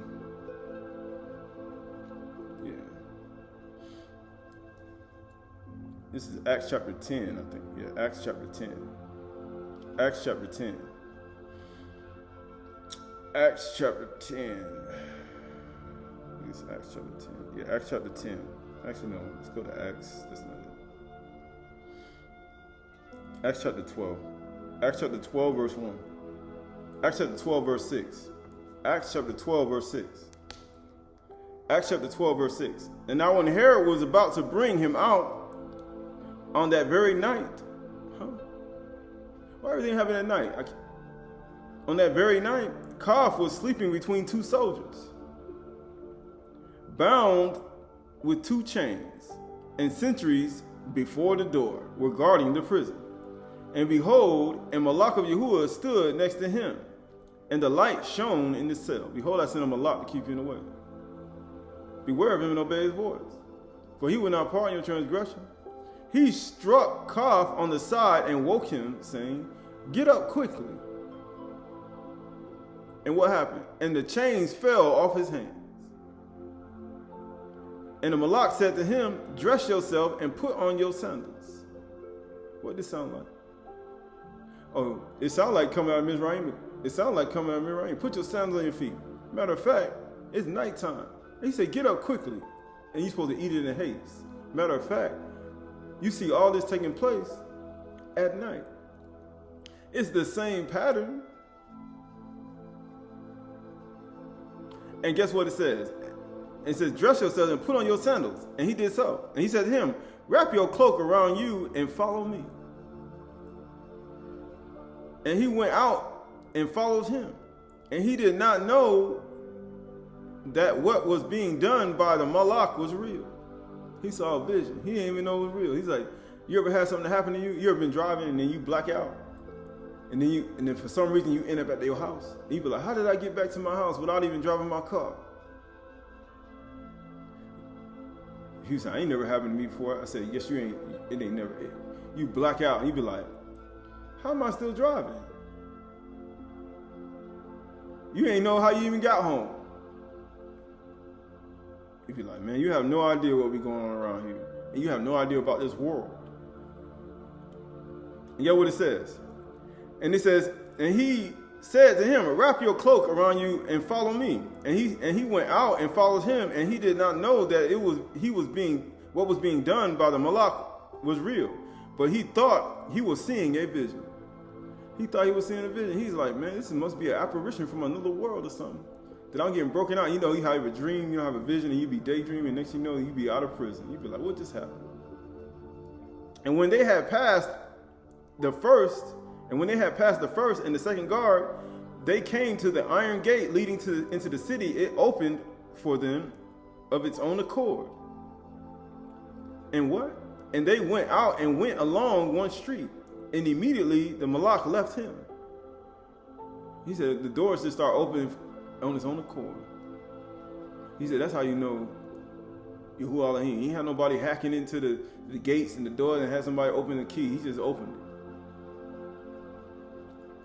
And it said immediately the Malak left him. And when Qahalath came to himself, he was still weak. Because think about it, you're in prison, he's still weak. He ain't got enough strength. He's just like, he came back to himself. You know what he said? He said, now I am sure that Yahuwah has sent his Malak to rescue me from the hand of Herod and from all the Yahudim people and from all that the Yahudim were expecting. The Yahudim people were expecting. He said, I know he did it now. Because there ain't no way in the world I should be out of here. And get what? And when he realized this, he went to the house of Mary, the mother of Yehukanan, went to the house of Mary, the mother of John, whose name was Mark, where many were gathered together and were praying. Because it was nighttime. It's a night of much watching. You know how we have a night of much watching and praying?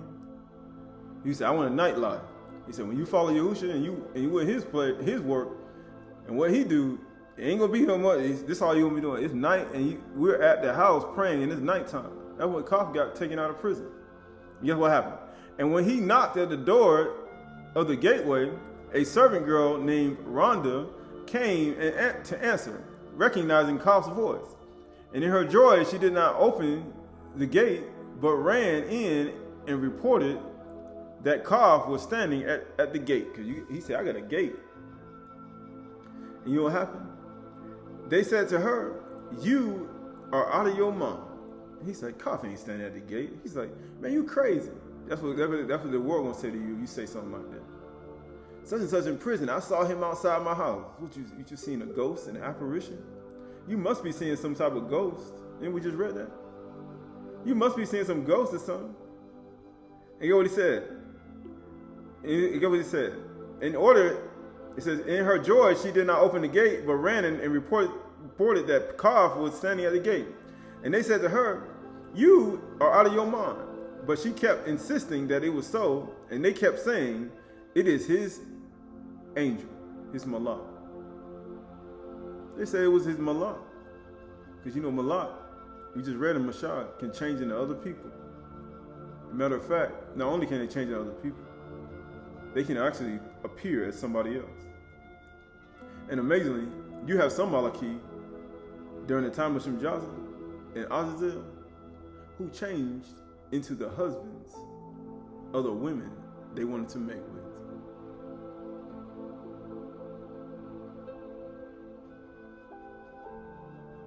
People say, that ain't happened. Okay. This is the Testament of Reuben, Testament of Rehoboam, Testament of Reuben, Testament of Reuben, Testament of Reuben, let me get there. Testament of Reuben, this is the Testament of Rehoboam, chapter 2. Testament of Reuben, I don't get that book. Testament of Reuben, yeah, go to it. Testament of Reuben, chapter 2. I think it's chapter 1, chapter 2.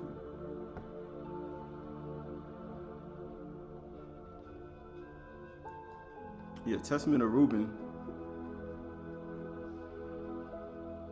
Yeah, Testament of Reuben, chapter 2, verse 16. Actually, verse 2, verse 17. It says, flee therefore fornication, my children, and command your wives and your daughters that they adorn not their heads and their faces to deceive the mind. Because every woman who uses these wiles has been reserved for eternal punishment. For thus they allured the watchers who were before the flood, for as these continually beheld them, they lusted after them, and they conceived the act in their mind, for they changed themselves into the shape of men, and appeared to them when they were with their husbands. You know what happened to the Egyptian priest? He said, what happened to him? And get what happened?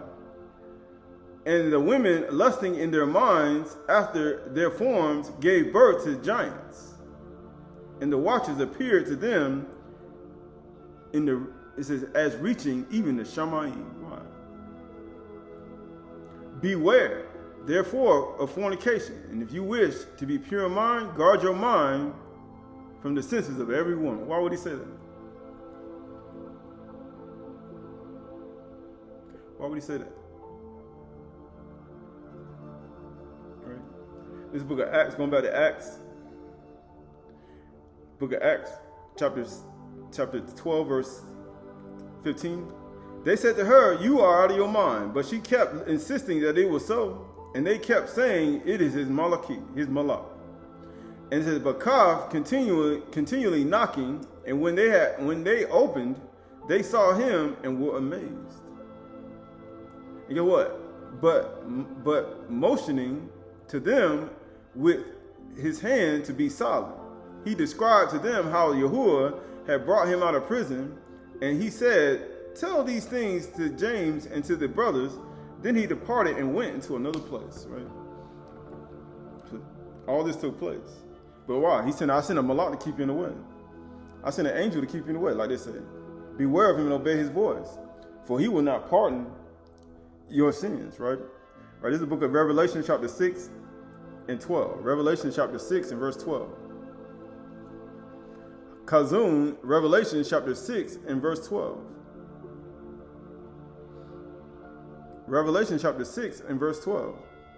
And when he opened the sixth seal, I looked, and behold, there was a great earthquake. And the sun became black as sackcloth, and the full moon became like blood, and the stars of the sky fell on the earth as the fig tree sheds its winter fruit. He said, learn the parable of the fig tree.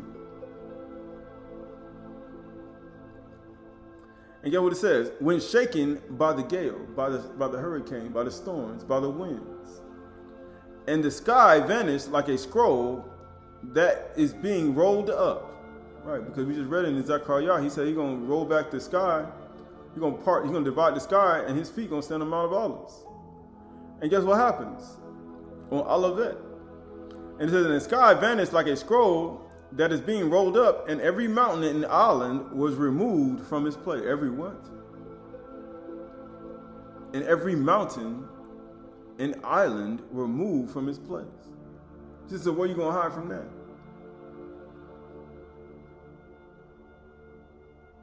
Where you gonna hide from that? Then the kings of the earth and the great ones and the generals and the rich and the powerful and everyone, slave and free, hid themselves in caves among the rocks of the mountain. Isn't what all Yahoo was? But guess what it says? Calling to the mountains, rocks, fall on us.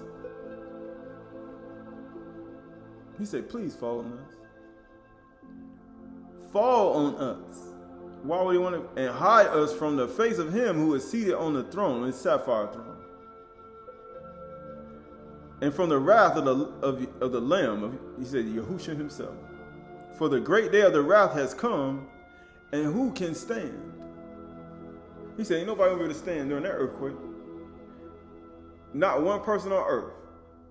You ain't gonna be able to stand up. Right?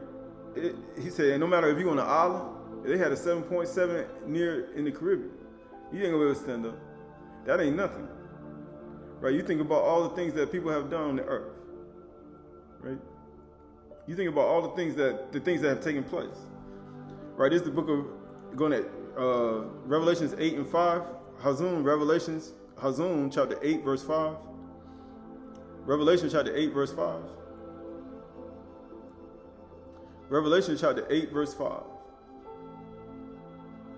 It says, now the 7 Malakim who had the 7 Turah prepared to blow. Then he said he's gonna send his Malaky with a loud blow. And the first blew the Turah, and there followed hail and fire mixed with blood, and there were thrown upon the earth, and a third of the earth was burnt up, and a third of the trees were burnt up, and the green grass was burnt up. Right, this is what I want. Verse 8. The second blew the Turah, and that something like a great mountain burning with fire was thrown into the sea, and a third of the sea became blood, and a third of the living creatures in the sea died, and a third of the ships were destroyed. Right, because when a rock hits the ocean, the Yam, they're going to send a tsunami, going to destroy everything in the sea, and all the ships that are nearby were about tsunami. But all this took place. Right, all this is going to take place. But at the same time, this is Revelation chapter 11, Hazum chapter 11, Revelation chapter 11, verse 13. Hazum chapter 11, verse 13. Revelation chapter 11, verse 13. And it says right here, and at that hour there was a great earthquake, and a 10th part of the city fell. 7,000 people were killed in the earthquake, and the rest were terrified and gave kabod to the Elohim of Sha'ny. And the second woe is past. Behold, the third woe has come. Right? Going back to verse 9. Revelations 11 and 9. For three and a half days, some of the peoples and the tribes and languages and nations will gaze at the dead bodies and refuse to let them be placed in a tomb, and those who dwell on the earth will rejoice over them and make merry and exchange presents, because these two Nabi'im prophets have been a torment to those who dwell on the earth. And after 3.5 days, a breath of life, the neshama, from Elohim entered them and stood up on their feet, and great fear fell on those who saw them. Then they heard a loud voice from Sha'ny saying, come up here. He said, come up. Kumbo. He told them to come up. And they went up to Sha'ny in a cloud, Abraku Kanafala Ruah, just like Yahushua himself. And their enemies watched them. Just like Yahushua Mashiach, just like Yahoo, just like Enoch. Because that's who they are.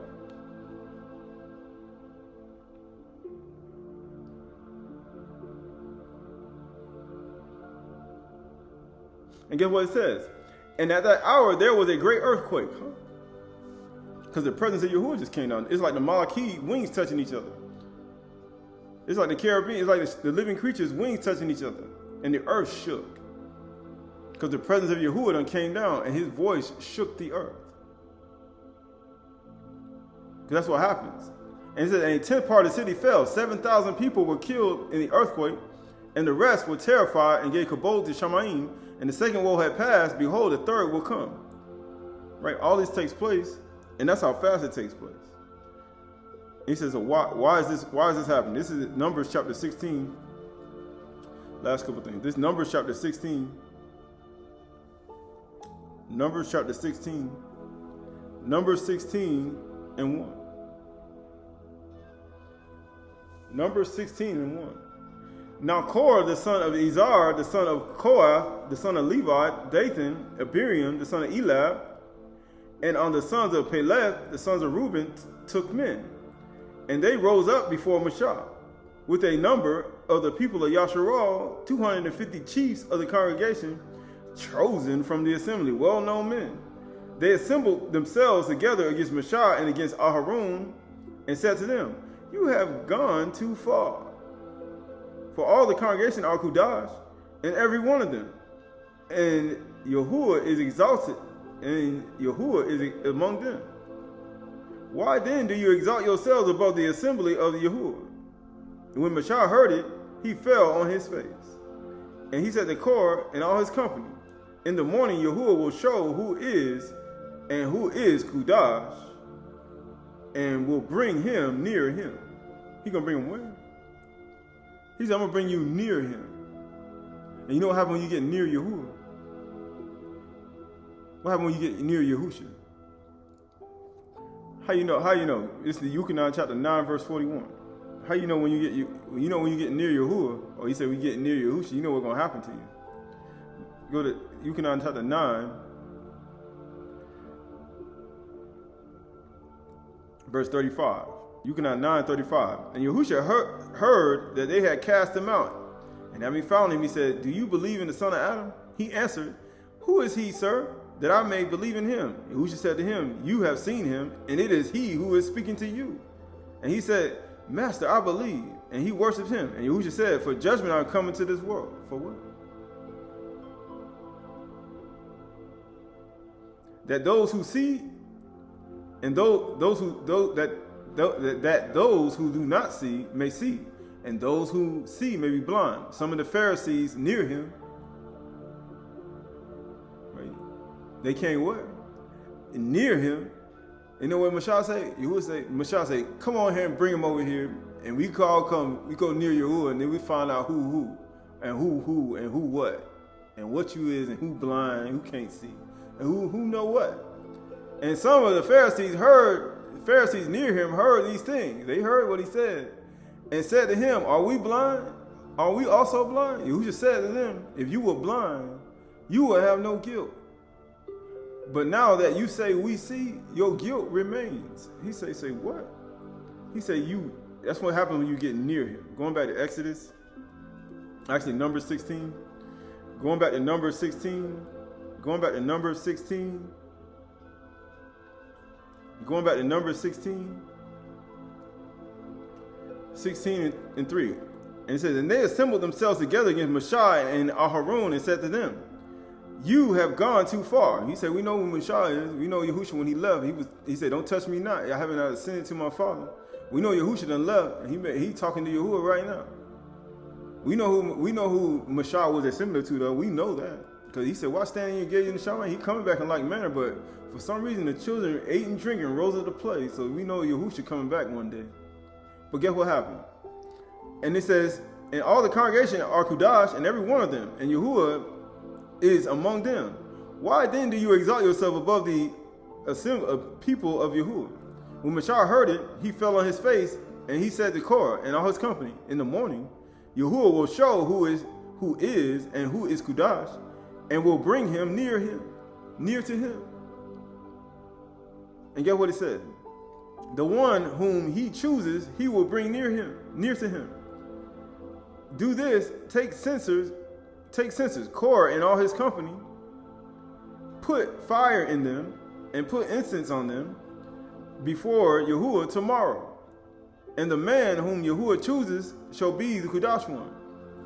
And he said, you have gone. He says, you have gone too far, sons of Louis. And Mashah said to Korah, hear now, you sons of Louis, it is too small a thing for you that Elohim Yasharal has separated you from the congregation of Yasharal to bring you near to himself. Why do you think the scribes and Pharisees were near him? To do a service in the tabernacle of Yahuwah and to stand before the congregation to minister to them. And that he has brought you near him. He said, being that you say you see, your guilt remains. You believe that you know. And all your brothers and the sons of Louis will with you. And would you seek the priesthood also? Therefore, it is against Yahuwah that you and all your company have gathered together. What is Aharon that you grumble against him? He said, what is Aharon that you grumble against him? And Mashah sent and called Dathan and Abiram and the son of Elab, and they said, we will not come up. It is a small thing that you have brought us up out of a land flowing with milk and honey to kill us in the wilderness, that you must also make yourself a prince over us, a Nasi. Moreover, you have not brought us into a land flowing with milk and honey, nor given us an inheritance of the fields and the vineyards, right? Excuse me, to verse 16. And Mashah said to Korah, be present, you and all your company, before Yahuwah, and you and they and Aharon tomorrow. And let every one of you take his censer and put incense on it, and every one of you bring before Yahuwah his censer, 250 censers. You also and Aharon each his censer. So every man took his censer and put fire in them, and laid incense on them, and stood at the entrance of the tent of the meeting. And Mashah and Aharon, then Korah, assembled all the congregation against them at the entrance of the tent of the meeting. And the kabod of Yahuwah appeared to all the congregation. He said, the kabod. And Yahuwah spoke to Mashah and to Aharon, saying, separate yourselves from among this congregation. He say, separate yourself from this people, that I may consume them in a moment. And they fell on their faces and said, O Elohim, the Elohim of the spirits of all flesh, shall one man sin? And will you be angry with all the congregation? And Yahuwah spoke to Mashah, saying, say to Aharon, get away from the dwelling of Korah, Dathan, and Abiram. He said, these three men, get away from them. Why? Then Mashah rose and went to Dathan and Abiram, and the elders of Yasharal followed him. And he spoke to the congregation, saying, depart, please, from the tents of these wicked men. And he said, I'm going to slay both righteous and wicked. But he said, if you warn that righteous man to save his life, you know what happens? He said, the blood ain't going to be on your hand. It's going to be on their own head. And guess what happened? You know what happened with Mashah? He's like, let me listen to you. Let me listen to the voice of Yahuwah. Yahuwah say, get away from these men. Korah, Dathan, and Abiram. There's three of them. He said, get away from them. He said, get far away from these people. And he says, tents of these wicked men, and touch nothing of theirs. He said, don't even touch it. Why he say don't touch it? Lest you be swept away with all their sins. He said, don't even touch what they got. He said, don't even touch what they got. Why would he say that? Why would he say that? This is the number 16:25. We're actually going to the book of Philippians. Yeah, we almost finished. He said, touch nothing of theirs, right? Why would he say that? Right.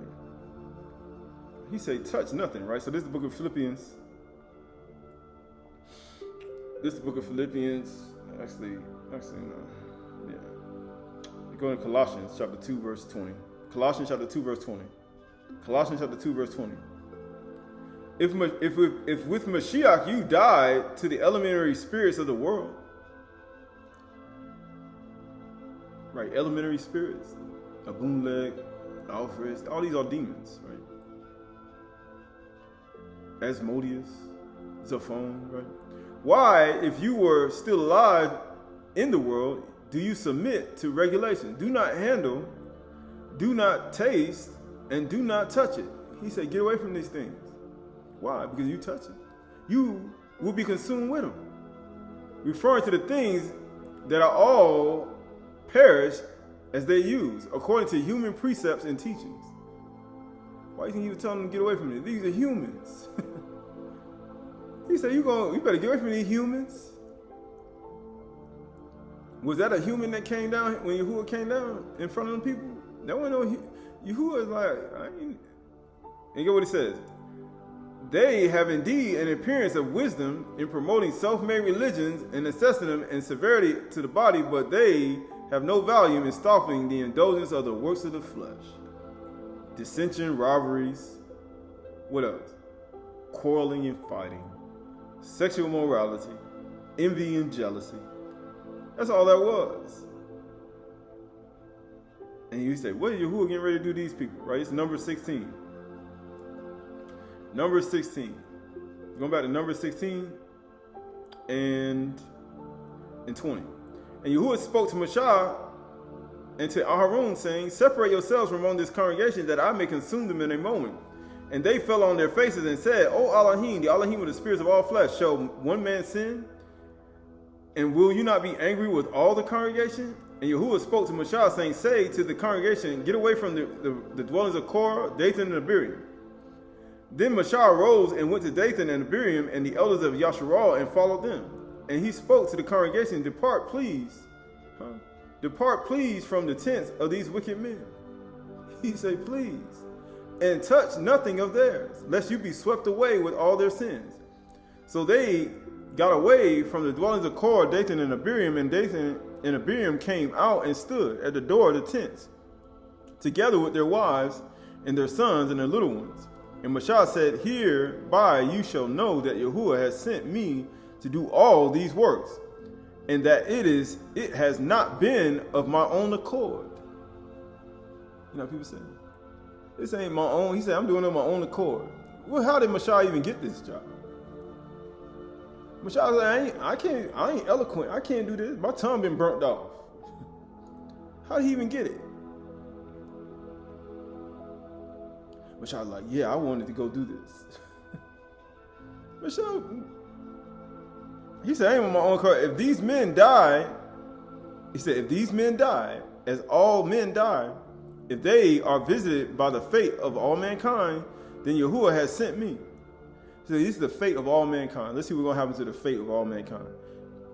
But if Yahuwah creates something new, and the ground opens, But if Yahuwah creates something new, and the ground opens its mouth and swallows them up with all that belongs to them, and they go down alive into Sheol, then you shall know that these men have despised Yahuwah. You get what it says? And as soon as he had finished speaking all these words, the ground under them split apart. How does that happen? An earthquake. An earthquake. It's divided. The earth divides open and it opens up. And the earth opened its mouth and swallowed them up. An earthquake. Its mouth and opened them up, and their households, and all the people who belong to Korah, and all their goods. An earthquake. And it says, so they and all that belong to them went down alive into Sheol, and the earth closed over them, and they perished from the midst of the assembly, the people. And all Yasharal were around, all Yasharal who were around them fled at their cry. For they said, lest the earth swallow us up. And fire came out from Yahuwah and consumed 250 men offering the incense. Then Yahuwah sent fire down, just like the book of Hazon. Didn't he just read that? He said there was a great earthquake, and then he sent a mountain, and it crashed in the midst of the sea. He sent fire down. And guess what happened? And consumed 250 were offering incense.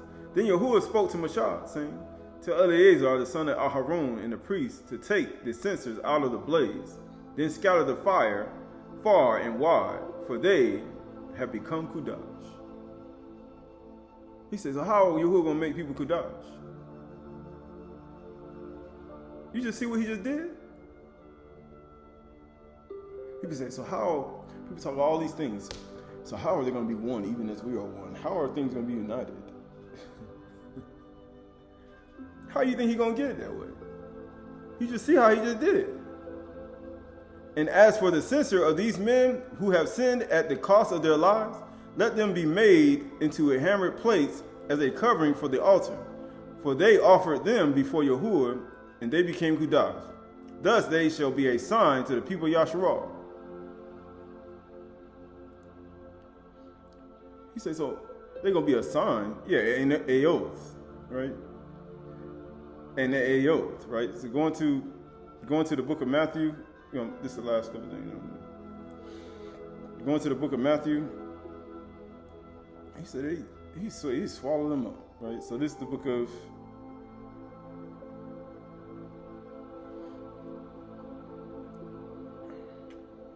Matthew chapter 6, I think it is.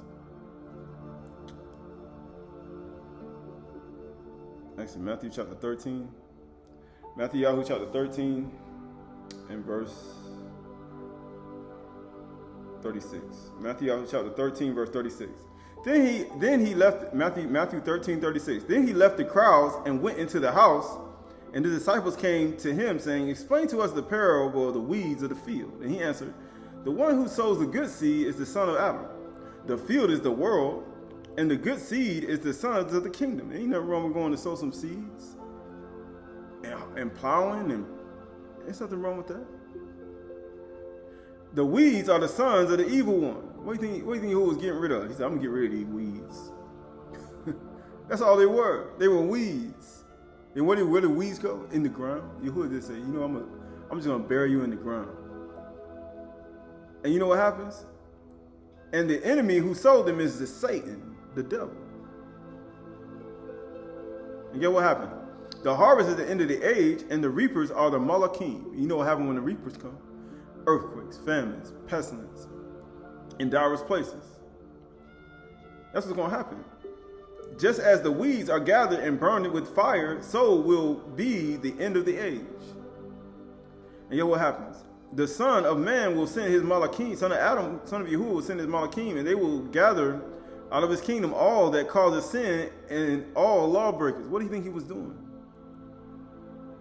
He said, so how are we gonna, how is all this gonna take place? Why do you think the ground is rumbling? Why do you think there are pandemics? Why do you think all this economy, all these things, prices going up? Why? Because he's now getting rid of things. He's getting rid of people. He's trying to tell people, look at here. We're not going to be doing any more unrighteous stuff anymore. We're not going to be breaking any Torah anymore. We're not going to be saying things out of our mouth anymore. We're going to be bowing down to Yahuwah always.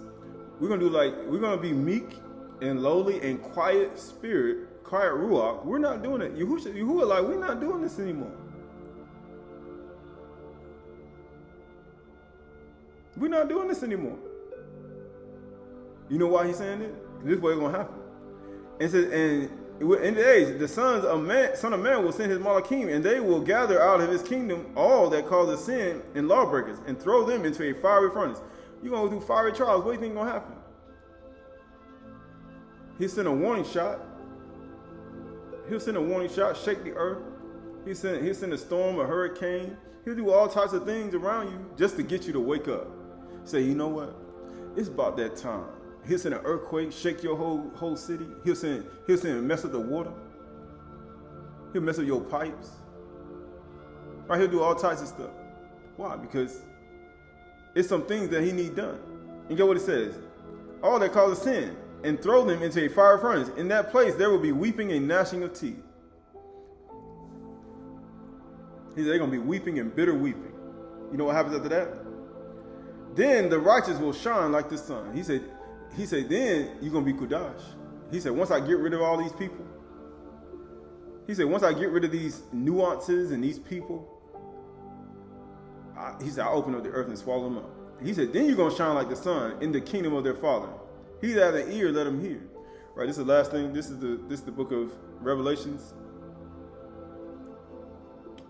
This is the book of Revelations. This is the book of Hazum. This is the book of Revelations. Book of Hazum. 17, I think it is. Actually 12.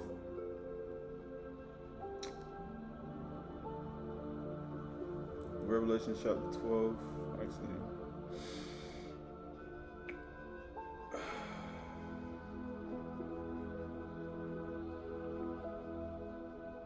Yeah. It's Revelation chapter 12 and verse 1. It says, and a great sign appeared in the Shamayim, a woman clothed with the sun, with a moon under her feet, and her head a crown of 12 stars. And she was pregnant, and was crying out in birth pains and agony to give birth. And another sign appeared in the Shamayim, behold, a great red dragon, and had 7 heads and 10 horns. And on his head 7 diadems. Most people don't know that. It goes up, we're not talking about. His tail swept down a third of the stars of Shamayim and cast them to the earth. And the dragon stood before the woman who was about to give birth, so that she bore her child, that when she bore her child, he might devour it. What do you mean devour it? What? Because he's Nakash, a Kakash. You know, Nakash and Kakash. I'm a man of Elohim too. You know how they say it? I'm a man of Elohim too, Kakash. He said his whole life, his hand is his whole work is to devour and destroy. Kakash, he said, I'm gonna devour this child. You get what happened? He said, devour her. And guess what happened after that? Because you know that's the shin. And it says right here, and the dragon stood before the woman who was about to give birth, so that when she bore her child, he might devour it. What do you think that Korah was doing? She gave birth to a male child, one who is to rule all nations with a rod of iron. But her child was caught up to Elohim, to his throne. What do you think Yahushua was going for? Why do you think Yahushua had to get out of here? Because the dragon was coming to kill him. You think the dragon was going to let him stay on the earth and keep talking for 40 days? He's like, man, he can't get this man. He got to get up out of here. And the woman fled into the wilderness, where she has a place prepared by Elohim, in which she is nourished with 1,000. It says 260 days, right? 1,260 days. It says, and now war arose in Shamayim, and Michael and his Malakim fighting against the dragon, and the dragon, the ancient serpent, and his Malakim fought back, but he was defeated, and there was no longer a place for them in Shamayim. And the dragon was thrown down, the ancient serpent, the Nakash, who was called Satan, and Satan, all the deceiver of the whole world. He was thrown down to the earth, and his Malakim was thrown down with him. And I heard a loud voice from Shamayim saying, the salvation and power and kingdom and authority of his Mashiach has come, and the accuser of our brothers have been thrown down, who accuses them day and night before Elohim, and they have conquered him by the blood of the Lamb and the testimony of the word of the testimony. And they love not their lives unto death. Therefore rejoice, O Shamayim. He said, rejoice. Going to verse 13. And when the dragon saw that he had been thrown down to the earth, he pursued the woman who had been giving birth to the male child. Isn't that what they do? They follow you everywhere you go. They pursuing you. Why do you think they're pursuing you? They coming up behind you. They watching everything you do. You know why? Because you're getting ready to give birth to the male child. Why do you think they come after your child? Why do you think the Nakash who coming to devour you, lying in wait, watching everything you do? Why do you think he coming to devour? Why do you think he pursuing you? Finding out what you're doing, where you're going, what you're thinking, where you're going, how you're living, spying on you, doing all this stuff. Why do you think they're doing it?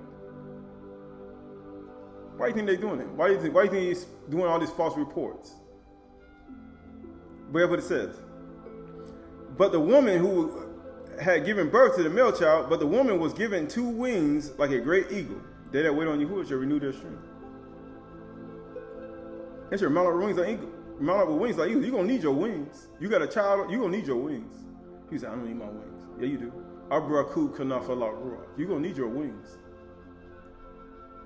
And it says right here, wings, so that she might fly away from the serpent, the Kakash, into the wilderness, to the place where she is to be nourished for a time, times, and a half of times. And the serpent poured out water like a river out of his mouth after the woman.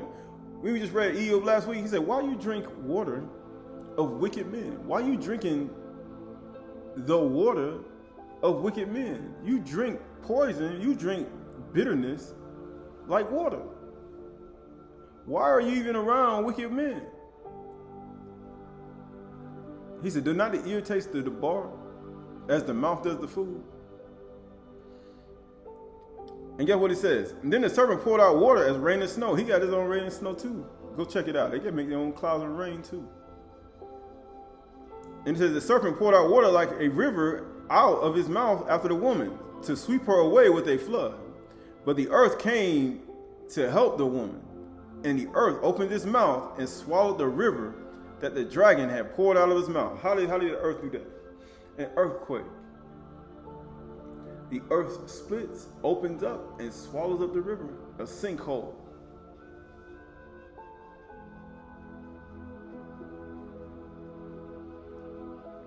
And the dragon had poured out of his mouth, out of his filthy mouth. That's what he did. Out of his filthy mouth. He said the earth opened it up, and guess what? And it all descended into the pit. He said Yahuwah can swallow a whole camp of people. He said, I could swallow up your whole camp. All that filthy stuff come out of your mouth. You were like, I see you. He said, I see you. And guess what Yahuwah said? Then the dragon became furious, and the woman went off to make war with the. And he says, then the dragon became furious. After you block, he said, he said he wouldn't allow it to touch you the first time. He said the earth, he shook the earth with his voice.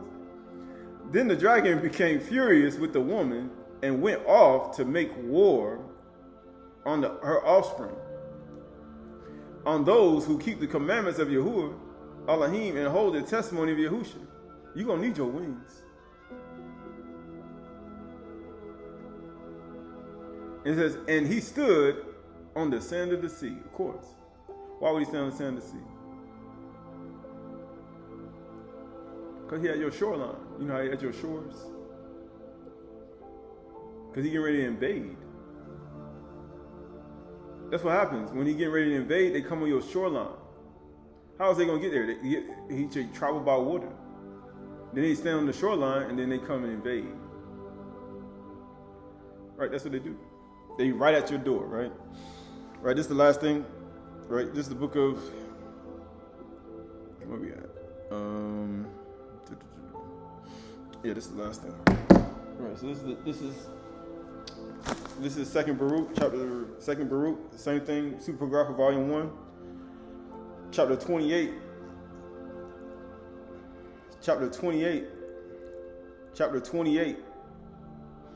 in verse 1.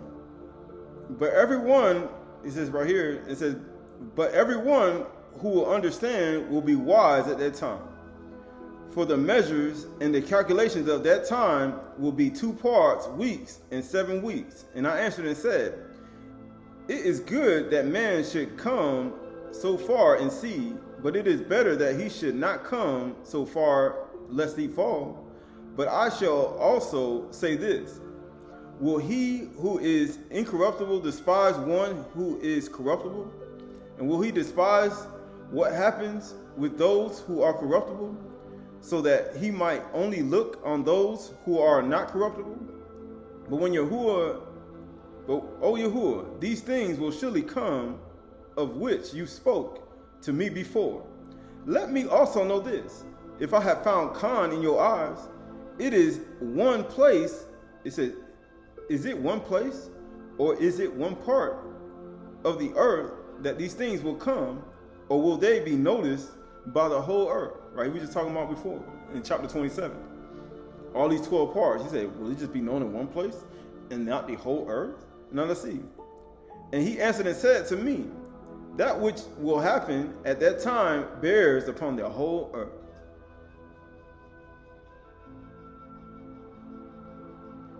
Therefore, all who live will notice it. He said, are you alive?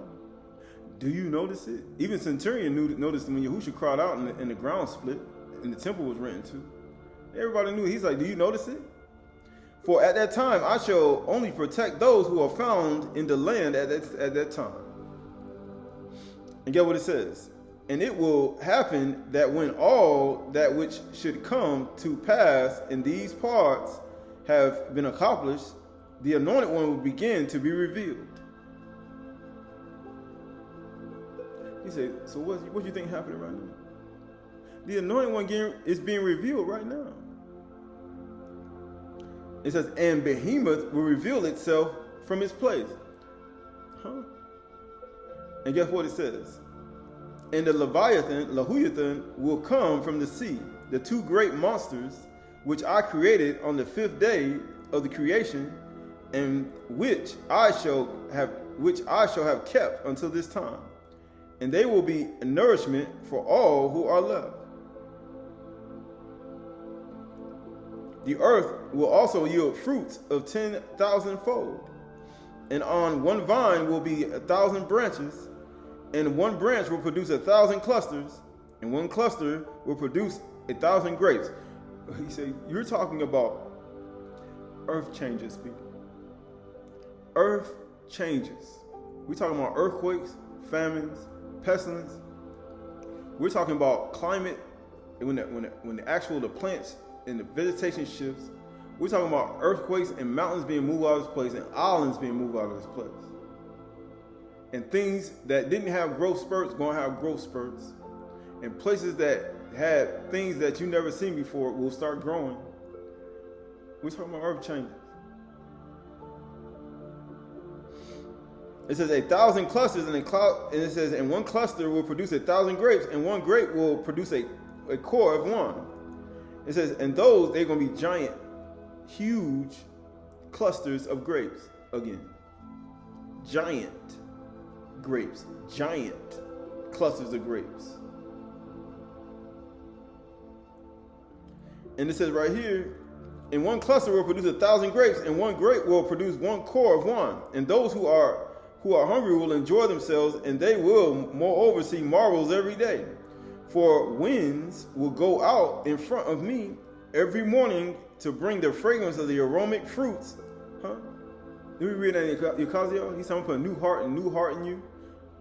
I take the heart of stone, give you a heart of flesh, and I'm going to give you the grain and the fruit trees in abundance. He said, that's what I'm going to do. But he said, in order for you to shine like the sun again, you know what's going to happen? I got to get rid of some stuff. I got to get rid of these things that's causing people to do these things. Because if you're causing things, then he said, I got to get rid of you.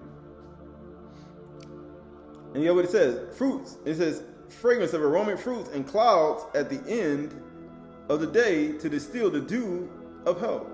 And it will happen at that time that the treasury of manna will come down again from on high. You know that manna that ceased after they got circumcised and they ate the fruits of the plants and the fruits of trees in the book of, when they got circumcised again in the book of Yahushua. You know that manna that stopped. He said, I'm going to bring that manna back. You know that manna that people grumbling and hated, and they just wanted to say, give us flesh to eat. He said, you better get a new heart and a new mind. You better get your new heart and your new mind before that happens. You better make sure you get it. He would say, why? Because he's going to send the manna back. Matter of fact, the manna already here. He said, Yahushua said, I am the bread which came down from Sha'ny. You know, that food that your father ate and they dead. He said, that's me. And get what it says. It said, will come down again from on high, and they will eat of it in those years, because they are they who will have arrived at the what? At the consummation of time. That's when all time meet. You know, when all time meets.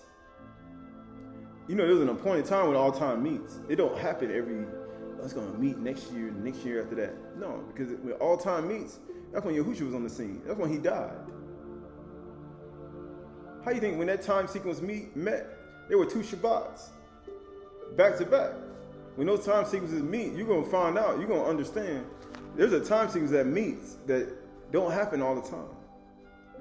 If you understand time, there's a time sequence that meets. And when that point in time happens, get ready to be amazed and get ready to hit the ground. Verse 30 says, and it will happen after these things, when the time of the appearance of the Anointed One has been fulfilled, and he returns with the kabod, it's going to happen. And then all who sleep in hope will arise. How's that going to happen? How did it happen before? The earth shook. The earthquake. When Yahuwah come back, the earth going to shake. And then the Mashiach going to rise. In the book of Hazon, when they were taken up into the cloud, the earth shook. They rose and the earth shook. It's going to be an earthquake. And that's what it says. And it will happen at that time that those of the treasuries will be opened, in which the number of the souls of the righteous are kept. What do you think? What's going to happen? And the assemblage, and it says, and they will go out, and in the multitude of the souls will appear together in one assemblage of one mind. What do you think? Akkad, Lev, Akkad, Makashaba, Akkad, Yetzer. But remember, there's some things that got to happen. Because some people, he said, need to get swallowed up in the earth. And people say, why does that have to happen? Because it has to. Because some people are just as, how you say, stubborn in their heart that they don't even know it. He said, it don't matter who you are. And get what it says. And it says right here, and the first ones will enjoy themselves, and the last ones will not be sad. For they know that the time has come of which it is said, what? That in the end of time, he said, that is in the end of times. But the souls of the wicked will the more waste away, be anarchy.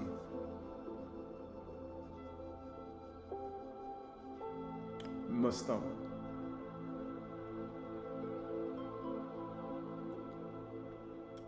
How you say? Devouring spirit, decay. They're going to be, what? Waste away. Satan. He said, Kakash, Nakash. From the day you eat of it, you shall surely move from it. And get what it says. And when they see all these things, he said, they shall waste away when they see all these things.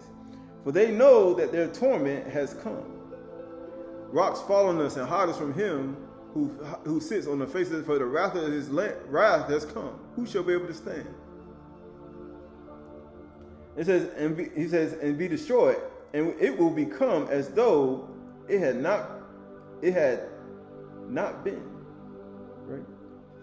Verse 32. You, however, if you prepare your minds to sow into them the fruits of the Torah, of the law, he shall protect you in the time which the mighty one shall shake.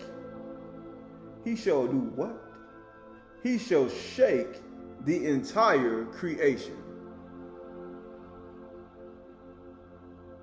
He finna do what? He said, read that again. You, however, if you prepare your minds to sow into them the fruits of the Torah, the law. You know the fruits of the Ruach is. It ain't the works of the flesh. The fruits of the Torah, he shall protect you in the time in which the mighty one shall shake the entire creation itself. That's Shamayim and earth. Shabai, Shamayims, the Rakia, to the surface of the earth, the center of the earth. He's going to shake the whole place. Ain't going to be nowhere to hide. He said they're going to protect you. It says, for after a short time, the building of Saul will be shaken in order that it will be rebuilt. I think Yahushua said, I'm going to tear it down and build it back in 3 days. And he says, that building will not remain, but it will again be uprooted after some time and will remain desolate for a time. And after that, it is necessary that it will be renewed in kabod, and it will be perfected into eternity. We should not therefore be so sad regarding the evil which has come now, but much more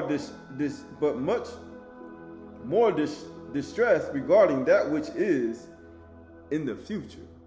He said, you saw that old temple, it was torn down. You know, everybody groans over that. But he said, you need to be thinking about the future. You need to get your mind and prepare your mind and get your mind protected, get yourself protected by filling it with the fruits of the Torah. And guess what happens after that? We almost finished. For greater than the two evils will be in the trials when the Mighty One will renew his creation. He said it's going to be a whole nother renewal. He said, be transformed by renewal of your mind. He said the kingdom is going to be taken away from you and given to those people who are producing these fruits. That's what Yahushua said. He said, I got some people that are going to produce the fruit. I just need to get rid of these people who are causing my people to sin. He said, woe unto you who cause one of these little ones who believe in me to sin. It'd be better that a millstone be tied around your neck and you'd be cast in the depths of the sea. That's why he cast Jerusalem in the sea with a millstone. And guess what it says? And now, it says, evil the trials of the Mighty One who renewed his creation. And now, do not draw near to me. He said, don't come near me for some days. And do not call upon me until I shall come to you. And it happened after having said all these words to them, that I, Baruch, went my way. And when the people saw that I went away, they raised their voices and lamented and said, where are you going from us? Why do you think Yahushua left? When Yahushua left from Total, when he left here from the earth and the cloud, you think the people want him to leave? Why do you think he was in the form of these men? Right? And it says, why are you going from us? Baruch, and do not leave us as a father who leaves his children as orphans and go away from them. He said, don't do it. Don't leave us. Why do you think Yahushua said, it's expedient that I go from you? That the Ruach of truth ain't going to come to you. And he will lead you and guide you into all things. He'll show you things to come. You need to think about the future. You're going to need to think about the future. Matter of fact, when I'm taken up, he said, I will be with you always, even until the ends of the world. He said, I ain't never left you. Yahushua like, I ain't never left y'all. For you may think that person that you were riding with was just a random person talking to you. You may think that was a random person you met overseas. You may think that was a random person that helped you. You may think that was a random person driving your boat. You may think that was just a little child. You may think that was talking to you. You may think that. You may think that. He said, I ain't never left you. He said, I only concealed myself. You just don't know I'm him.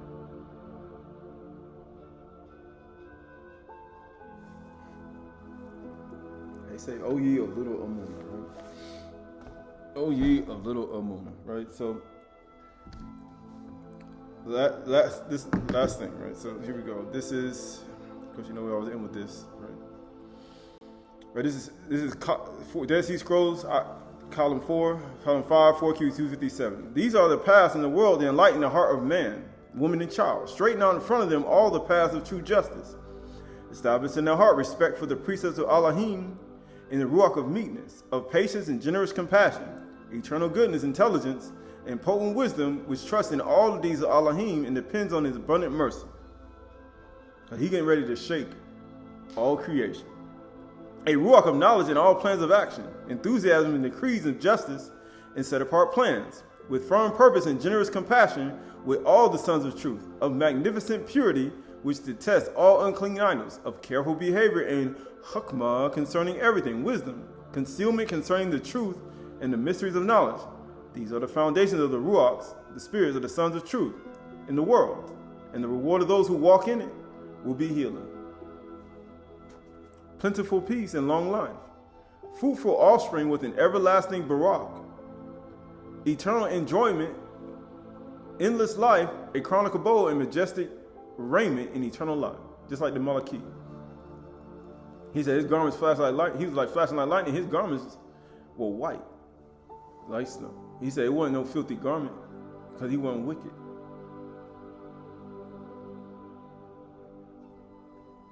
However, the ruach of deceit belongs greed. That's why all the kings in the earth, they gather all their riches and they go underground. They all hide in the mountains. They hide inside of caves and dens, right? They build these extravagant bunkers and all these things that they do. They manipulate markets and suck all your money as a poor and a needy, right? But it says right here, greed, sluggishness, sluggishness in the service of justice and judgment, wickedness, falsehood, pride, haughtiness of heart, right? These are all the things that the Torah weeds out, or Yahuwah weeds out. These are all the things that weed you out. Like you talk about people who reach feats in the world and they get to certain levels, but there are things that weed you out from actually attaining it. Hardness of heart, dishonesty, trickery, right? Cruelty. We just talked about it in Exodus chapter 23. He said, all these false reports, you joining in with wicked men to be a false witness. He said, why would you do that? He said, you're going to be with him. He said, get far away from a false report. He said, get away from it. Dishonesty, trickery, cruelty, much insecurity. He said, man, make sure you separate yourself from congregation. He said, that's physically, mentally, and digitally. He said, man, get away. Why? Because all this is a part of the whole thing. It's a part of the whole thing. Cruelty, much insecurity, impatience, much foolishness, impudent enthusiasm for appalling acts performed in a lustful passion. Get what it says. Filthy past in the service of impurity, blasphemous tongue, blindness of eyes, hardness of hearing. Because if you're hard of hearing, ain't no way you're going to get to the bar in your mind. You ain't going to be able to test the ruach. You ain't going to be able to taste to see if it was even good for you or not. It says stiffness in neck, hardness of heart, in order to walk in the paths of darkness and evil cunning. I got some things I got to do. That's the only reason I got a hardness of heart in this area of my life or in that area of my life. Or I don't want to admit I'm wrong. I don't want to admit I'm just filthy. I'm evil. I don't want to admit that I did this and it was outside of my knowledge. I was ignorant. I didn't know how to work. I didn't know how it works. And the visitation of those who walk in it will be the abundance of afflictions of the hand of the Malaky of destruction.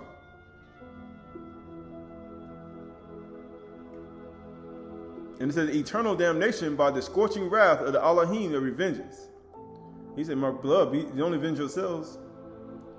You leave all of that to Yahuwah himself. He said, but if your enemy hungry, give him something to drink. He said, give him something to eat. He said, in doing so, you will heap coals of fire on his head. Matter of fact, it says, for permanent terror and shame, without end, humiliation and destruction by the fire of the dark regions. And all the ages of their generations shall then be spent in bitter weeping and harsh evils. And we just read that in the second Baruch. We just read that in Zechariah. We read that in Yekaziel. And it says right here, in harsh evils and the abyss of the darkness until destruction, without there being a remnant or survival for them. He said, like there being a remnant or survival for them. Right? This is Aleph Yukonon 2:24 to 28. Let what you heard from the beginning abide in you. And if what you heard from the beginning abides in you, then you too will abide in the Son and in the Father. And this is the promise he has made to us, eternal life. He said you abide in the life of the house and the strength of the house.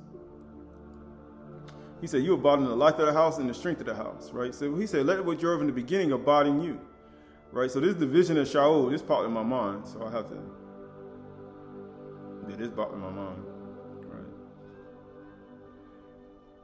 This division of Shaul, Paul, this division of Paul, chapter 4, actually verse 4 through 6. And it says, for indeed the Son, the greater light, that's on the fourth day of creation, often addressed Yahuwah saying, that's the beginning, Yahuwah Almighty, I look out upon the impieties and injustice of men, permit me that I should do unto them what are my powers, that they may know that thou art Elohim alone. And there came a voice to him, I know all these things, for my eyes sees and ears hears, but my patience bears them until they become converted and repent. But if they do not return to me, I will judge them all. Verse 5, for sometimes the moon and the stars addressed Yahuwah, saying, Yahuwah Almighty, to us thou hast given the power of the night. It says, till when shall we look down upon the impieties and the fornications and the homicides done by the sons of Adam? Permit us to do them according to our powers, that they may know that thou art Elohim alone. And there came a voice unto them, what? Saying, I know all these things, and my eyes look forth, and ears hear. But my patience bears with them until they be converted and repent. But if they do not return unto me, I will judge them all. Verse 6, and he frequently, after all the sea, exclaimed, saying, Yahuwah Almighty, men have defiled thy Qhdsh name in me, and permit me to arise and cover every wood and orchard in the whole earth, until I blot out the sons of men from before thy face, and that they may know that thou art Elohim alone. And the voice came again and said, I know all things, my eye seeth everything, and my ear heareth, but my patience bears. Then he said that in the second. He said, Yahuwah know all your thoughts. But my patience bears with them until they be converted and repent. But if they do not return, I judge them. Sometimes the waters also spake against the sins of men. Yahuwah Almighty, the sons of men have defiled your Qhdsh name. And there came a voice, I know all these things before they had come to pass. For my eyes seeth and my ear heareth all things. But my patience bears them until they have converted, but if not, I will judge them. Frequently also the earth too explained Yahuwah against the sons of Adam, saying, Yahuwah Almighty, I above every other creature of thine am harmed, supporting the fornications, adulteries, homicides, thefts, perjuries, magic, ill doings of men, and all evil they do. So that the Father rises up, it says, so that the Father rises up against the Son, and the Son upon the Father, and the stranger against the stranger, so that each one defiles his neighbor's wife. The Father ascends upon the bed of his own Son, and the Son likewise ascends to the couch of his own Father. And in all these evils, they who offer the sacrifice to thy name have defiled the Qhdsh place. Therefore I am what? I am injured above every creature, desiring not to show my power to myself. And my fruits and the sons of men permit me that I will destroy the virtues of my fruits. And there came a voice and said, I know all these things, and there is none who can hide himself from his sin. Moreover, I know their impieties, but my Chdsh suffers them until they be converted and repent. But if they will not return, I will judge them. Right, so you look at all that. I mean, it's a lot more of that, but he said, I'll judge them. Right, and all that stuff, all the things he created in the beginning. The sea, the earth, the sun, the Shemesh Kugumini, the ark, all that he made in the beginning. And it says, all of you, looking on 2:24, that what you heard from the beginning abide in you. And then what you heard from the beginning abides in you, then you too will abide in the Son, the life of the house, and the Father, the strength of the house. Because in the beginning, everything was good and very good. But when everything in creation saw everything the man was doing, they were like, it ain't good no more. It's evil. This world evil. 25. And this is the promise he had made to us, eternal life. Verse 26. I write these things about those who are trying to deceive you. But the anointing you received of him abides in you, and you have no need that anyone should teach you. But the anointing teaches you about everything, and is true and is no lie, just as it had taught you, abide in him. Now, little children, abide in him, so that when he appears, what's going to happen when he appears? The earth going to shake. The earth is going to quake. He's going to shake the whole creation. This whole earth going to quake. When he appears, we may have confidence. That's why, how you going to have confidence? We read in 2 Baruch, he said, make sure you prepare your mind and you be protected.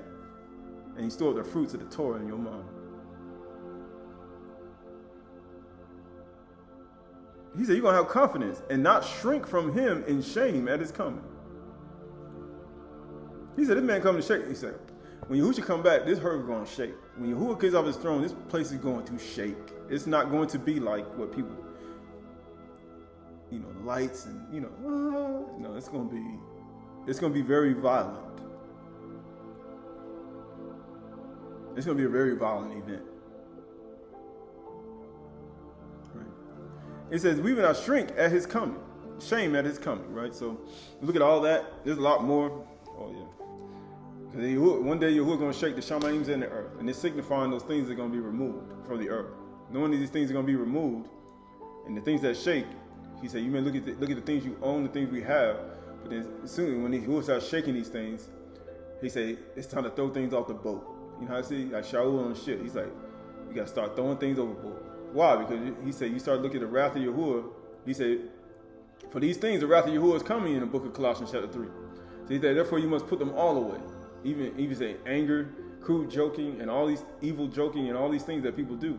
Why? Because all this is all part of the transformation within one's heart and mind. So we look at ourselves, we look at our inward man, we look at all the events that's getting ready to happen on the earth. And even as the north and south and north are, he said everything is shifting. And the world is now moving to a different type of mind. And earth changes are taking place. And there are many other earth changes that will take place. And all of the things that will produce vegetation in the places that will not. We know that within ourselves and with our inner being, we're protected, and we don't lean to our own understanding. I mean, we write it on the tables of our heart and our mind, and write the bar on the tables of our heart and our mind, that we may not walk in the affections and the emotions of men who want to corrupt your mind. When we look at ourselves, we look at our inward man, we look at our inward being, and not to walk after the ways of our lower self, of our flesh, but walk after our higher self, in our higher thoughts and our higher mind.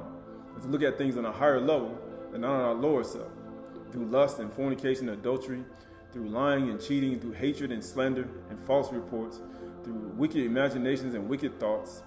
For Yahuwah said, I'll slay the righteous and the wicked, because the righteous can be partnered with the wicked. That's why he told us not to partner with them. If you partner with them, then Yahuwah looks at you as the same person who is partnering with them. And if you don't get away, far away, then guess what? You'll be swallowed up with them. And that rhymes too. So we look at ourselves, we look at our inward man, we look at our inward being, and not to be swallowed up by Satan, and Satan to devoured by Satan and Satan and his army and his minions, right? Because that's what they are. How you say they are his soldiers, right? So we look at ourselves as not being one of his soldiers, but to be a soldier in the army of, how you say, in the army and the Sabaoth of Yahuwah, not in the army of those who consume and devour with hatred and envy, and jealousy and strife and complaining and pride and murmuring and complaining and who's above who and who's below who and all these things. These all create the very things that Yahuwah did not ever wanted in creation when he made Adam, when he made all creation.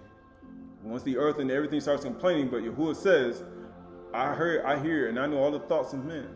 But the one thing I will not do, I want everybody to repent. Just like the testament of Isaac said, that they may make improvements, that they may be without guilt. That we may all walk in newness of life, that we may none should not perish, but all should come to repentance and receive everlasting life. So we look at ourselves and we look at our inward being.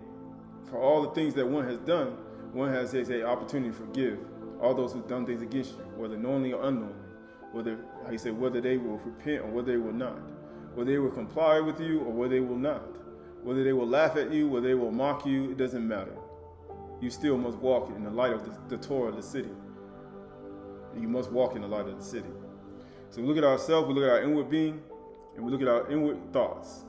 And we allow to keep our lamp and our iron continually burning. Keep our lamps continually burning.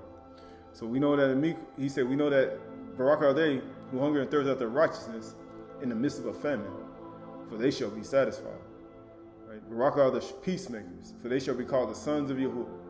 But it also says, Barak are the meek, for they shall inherit the whole earth, after Yahuwah shakes the whole creation. For the meek shall inherit the earth. The meek shall inherit the earth.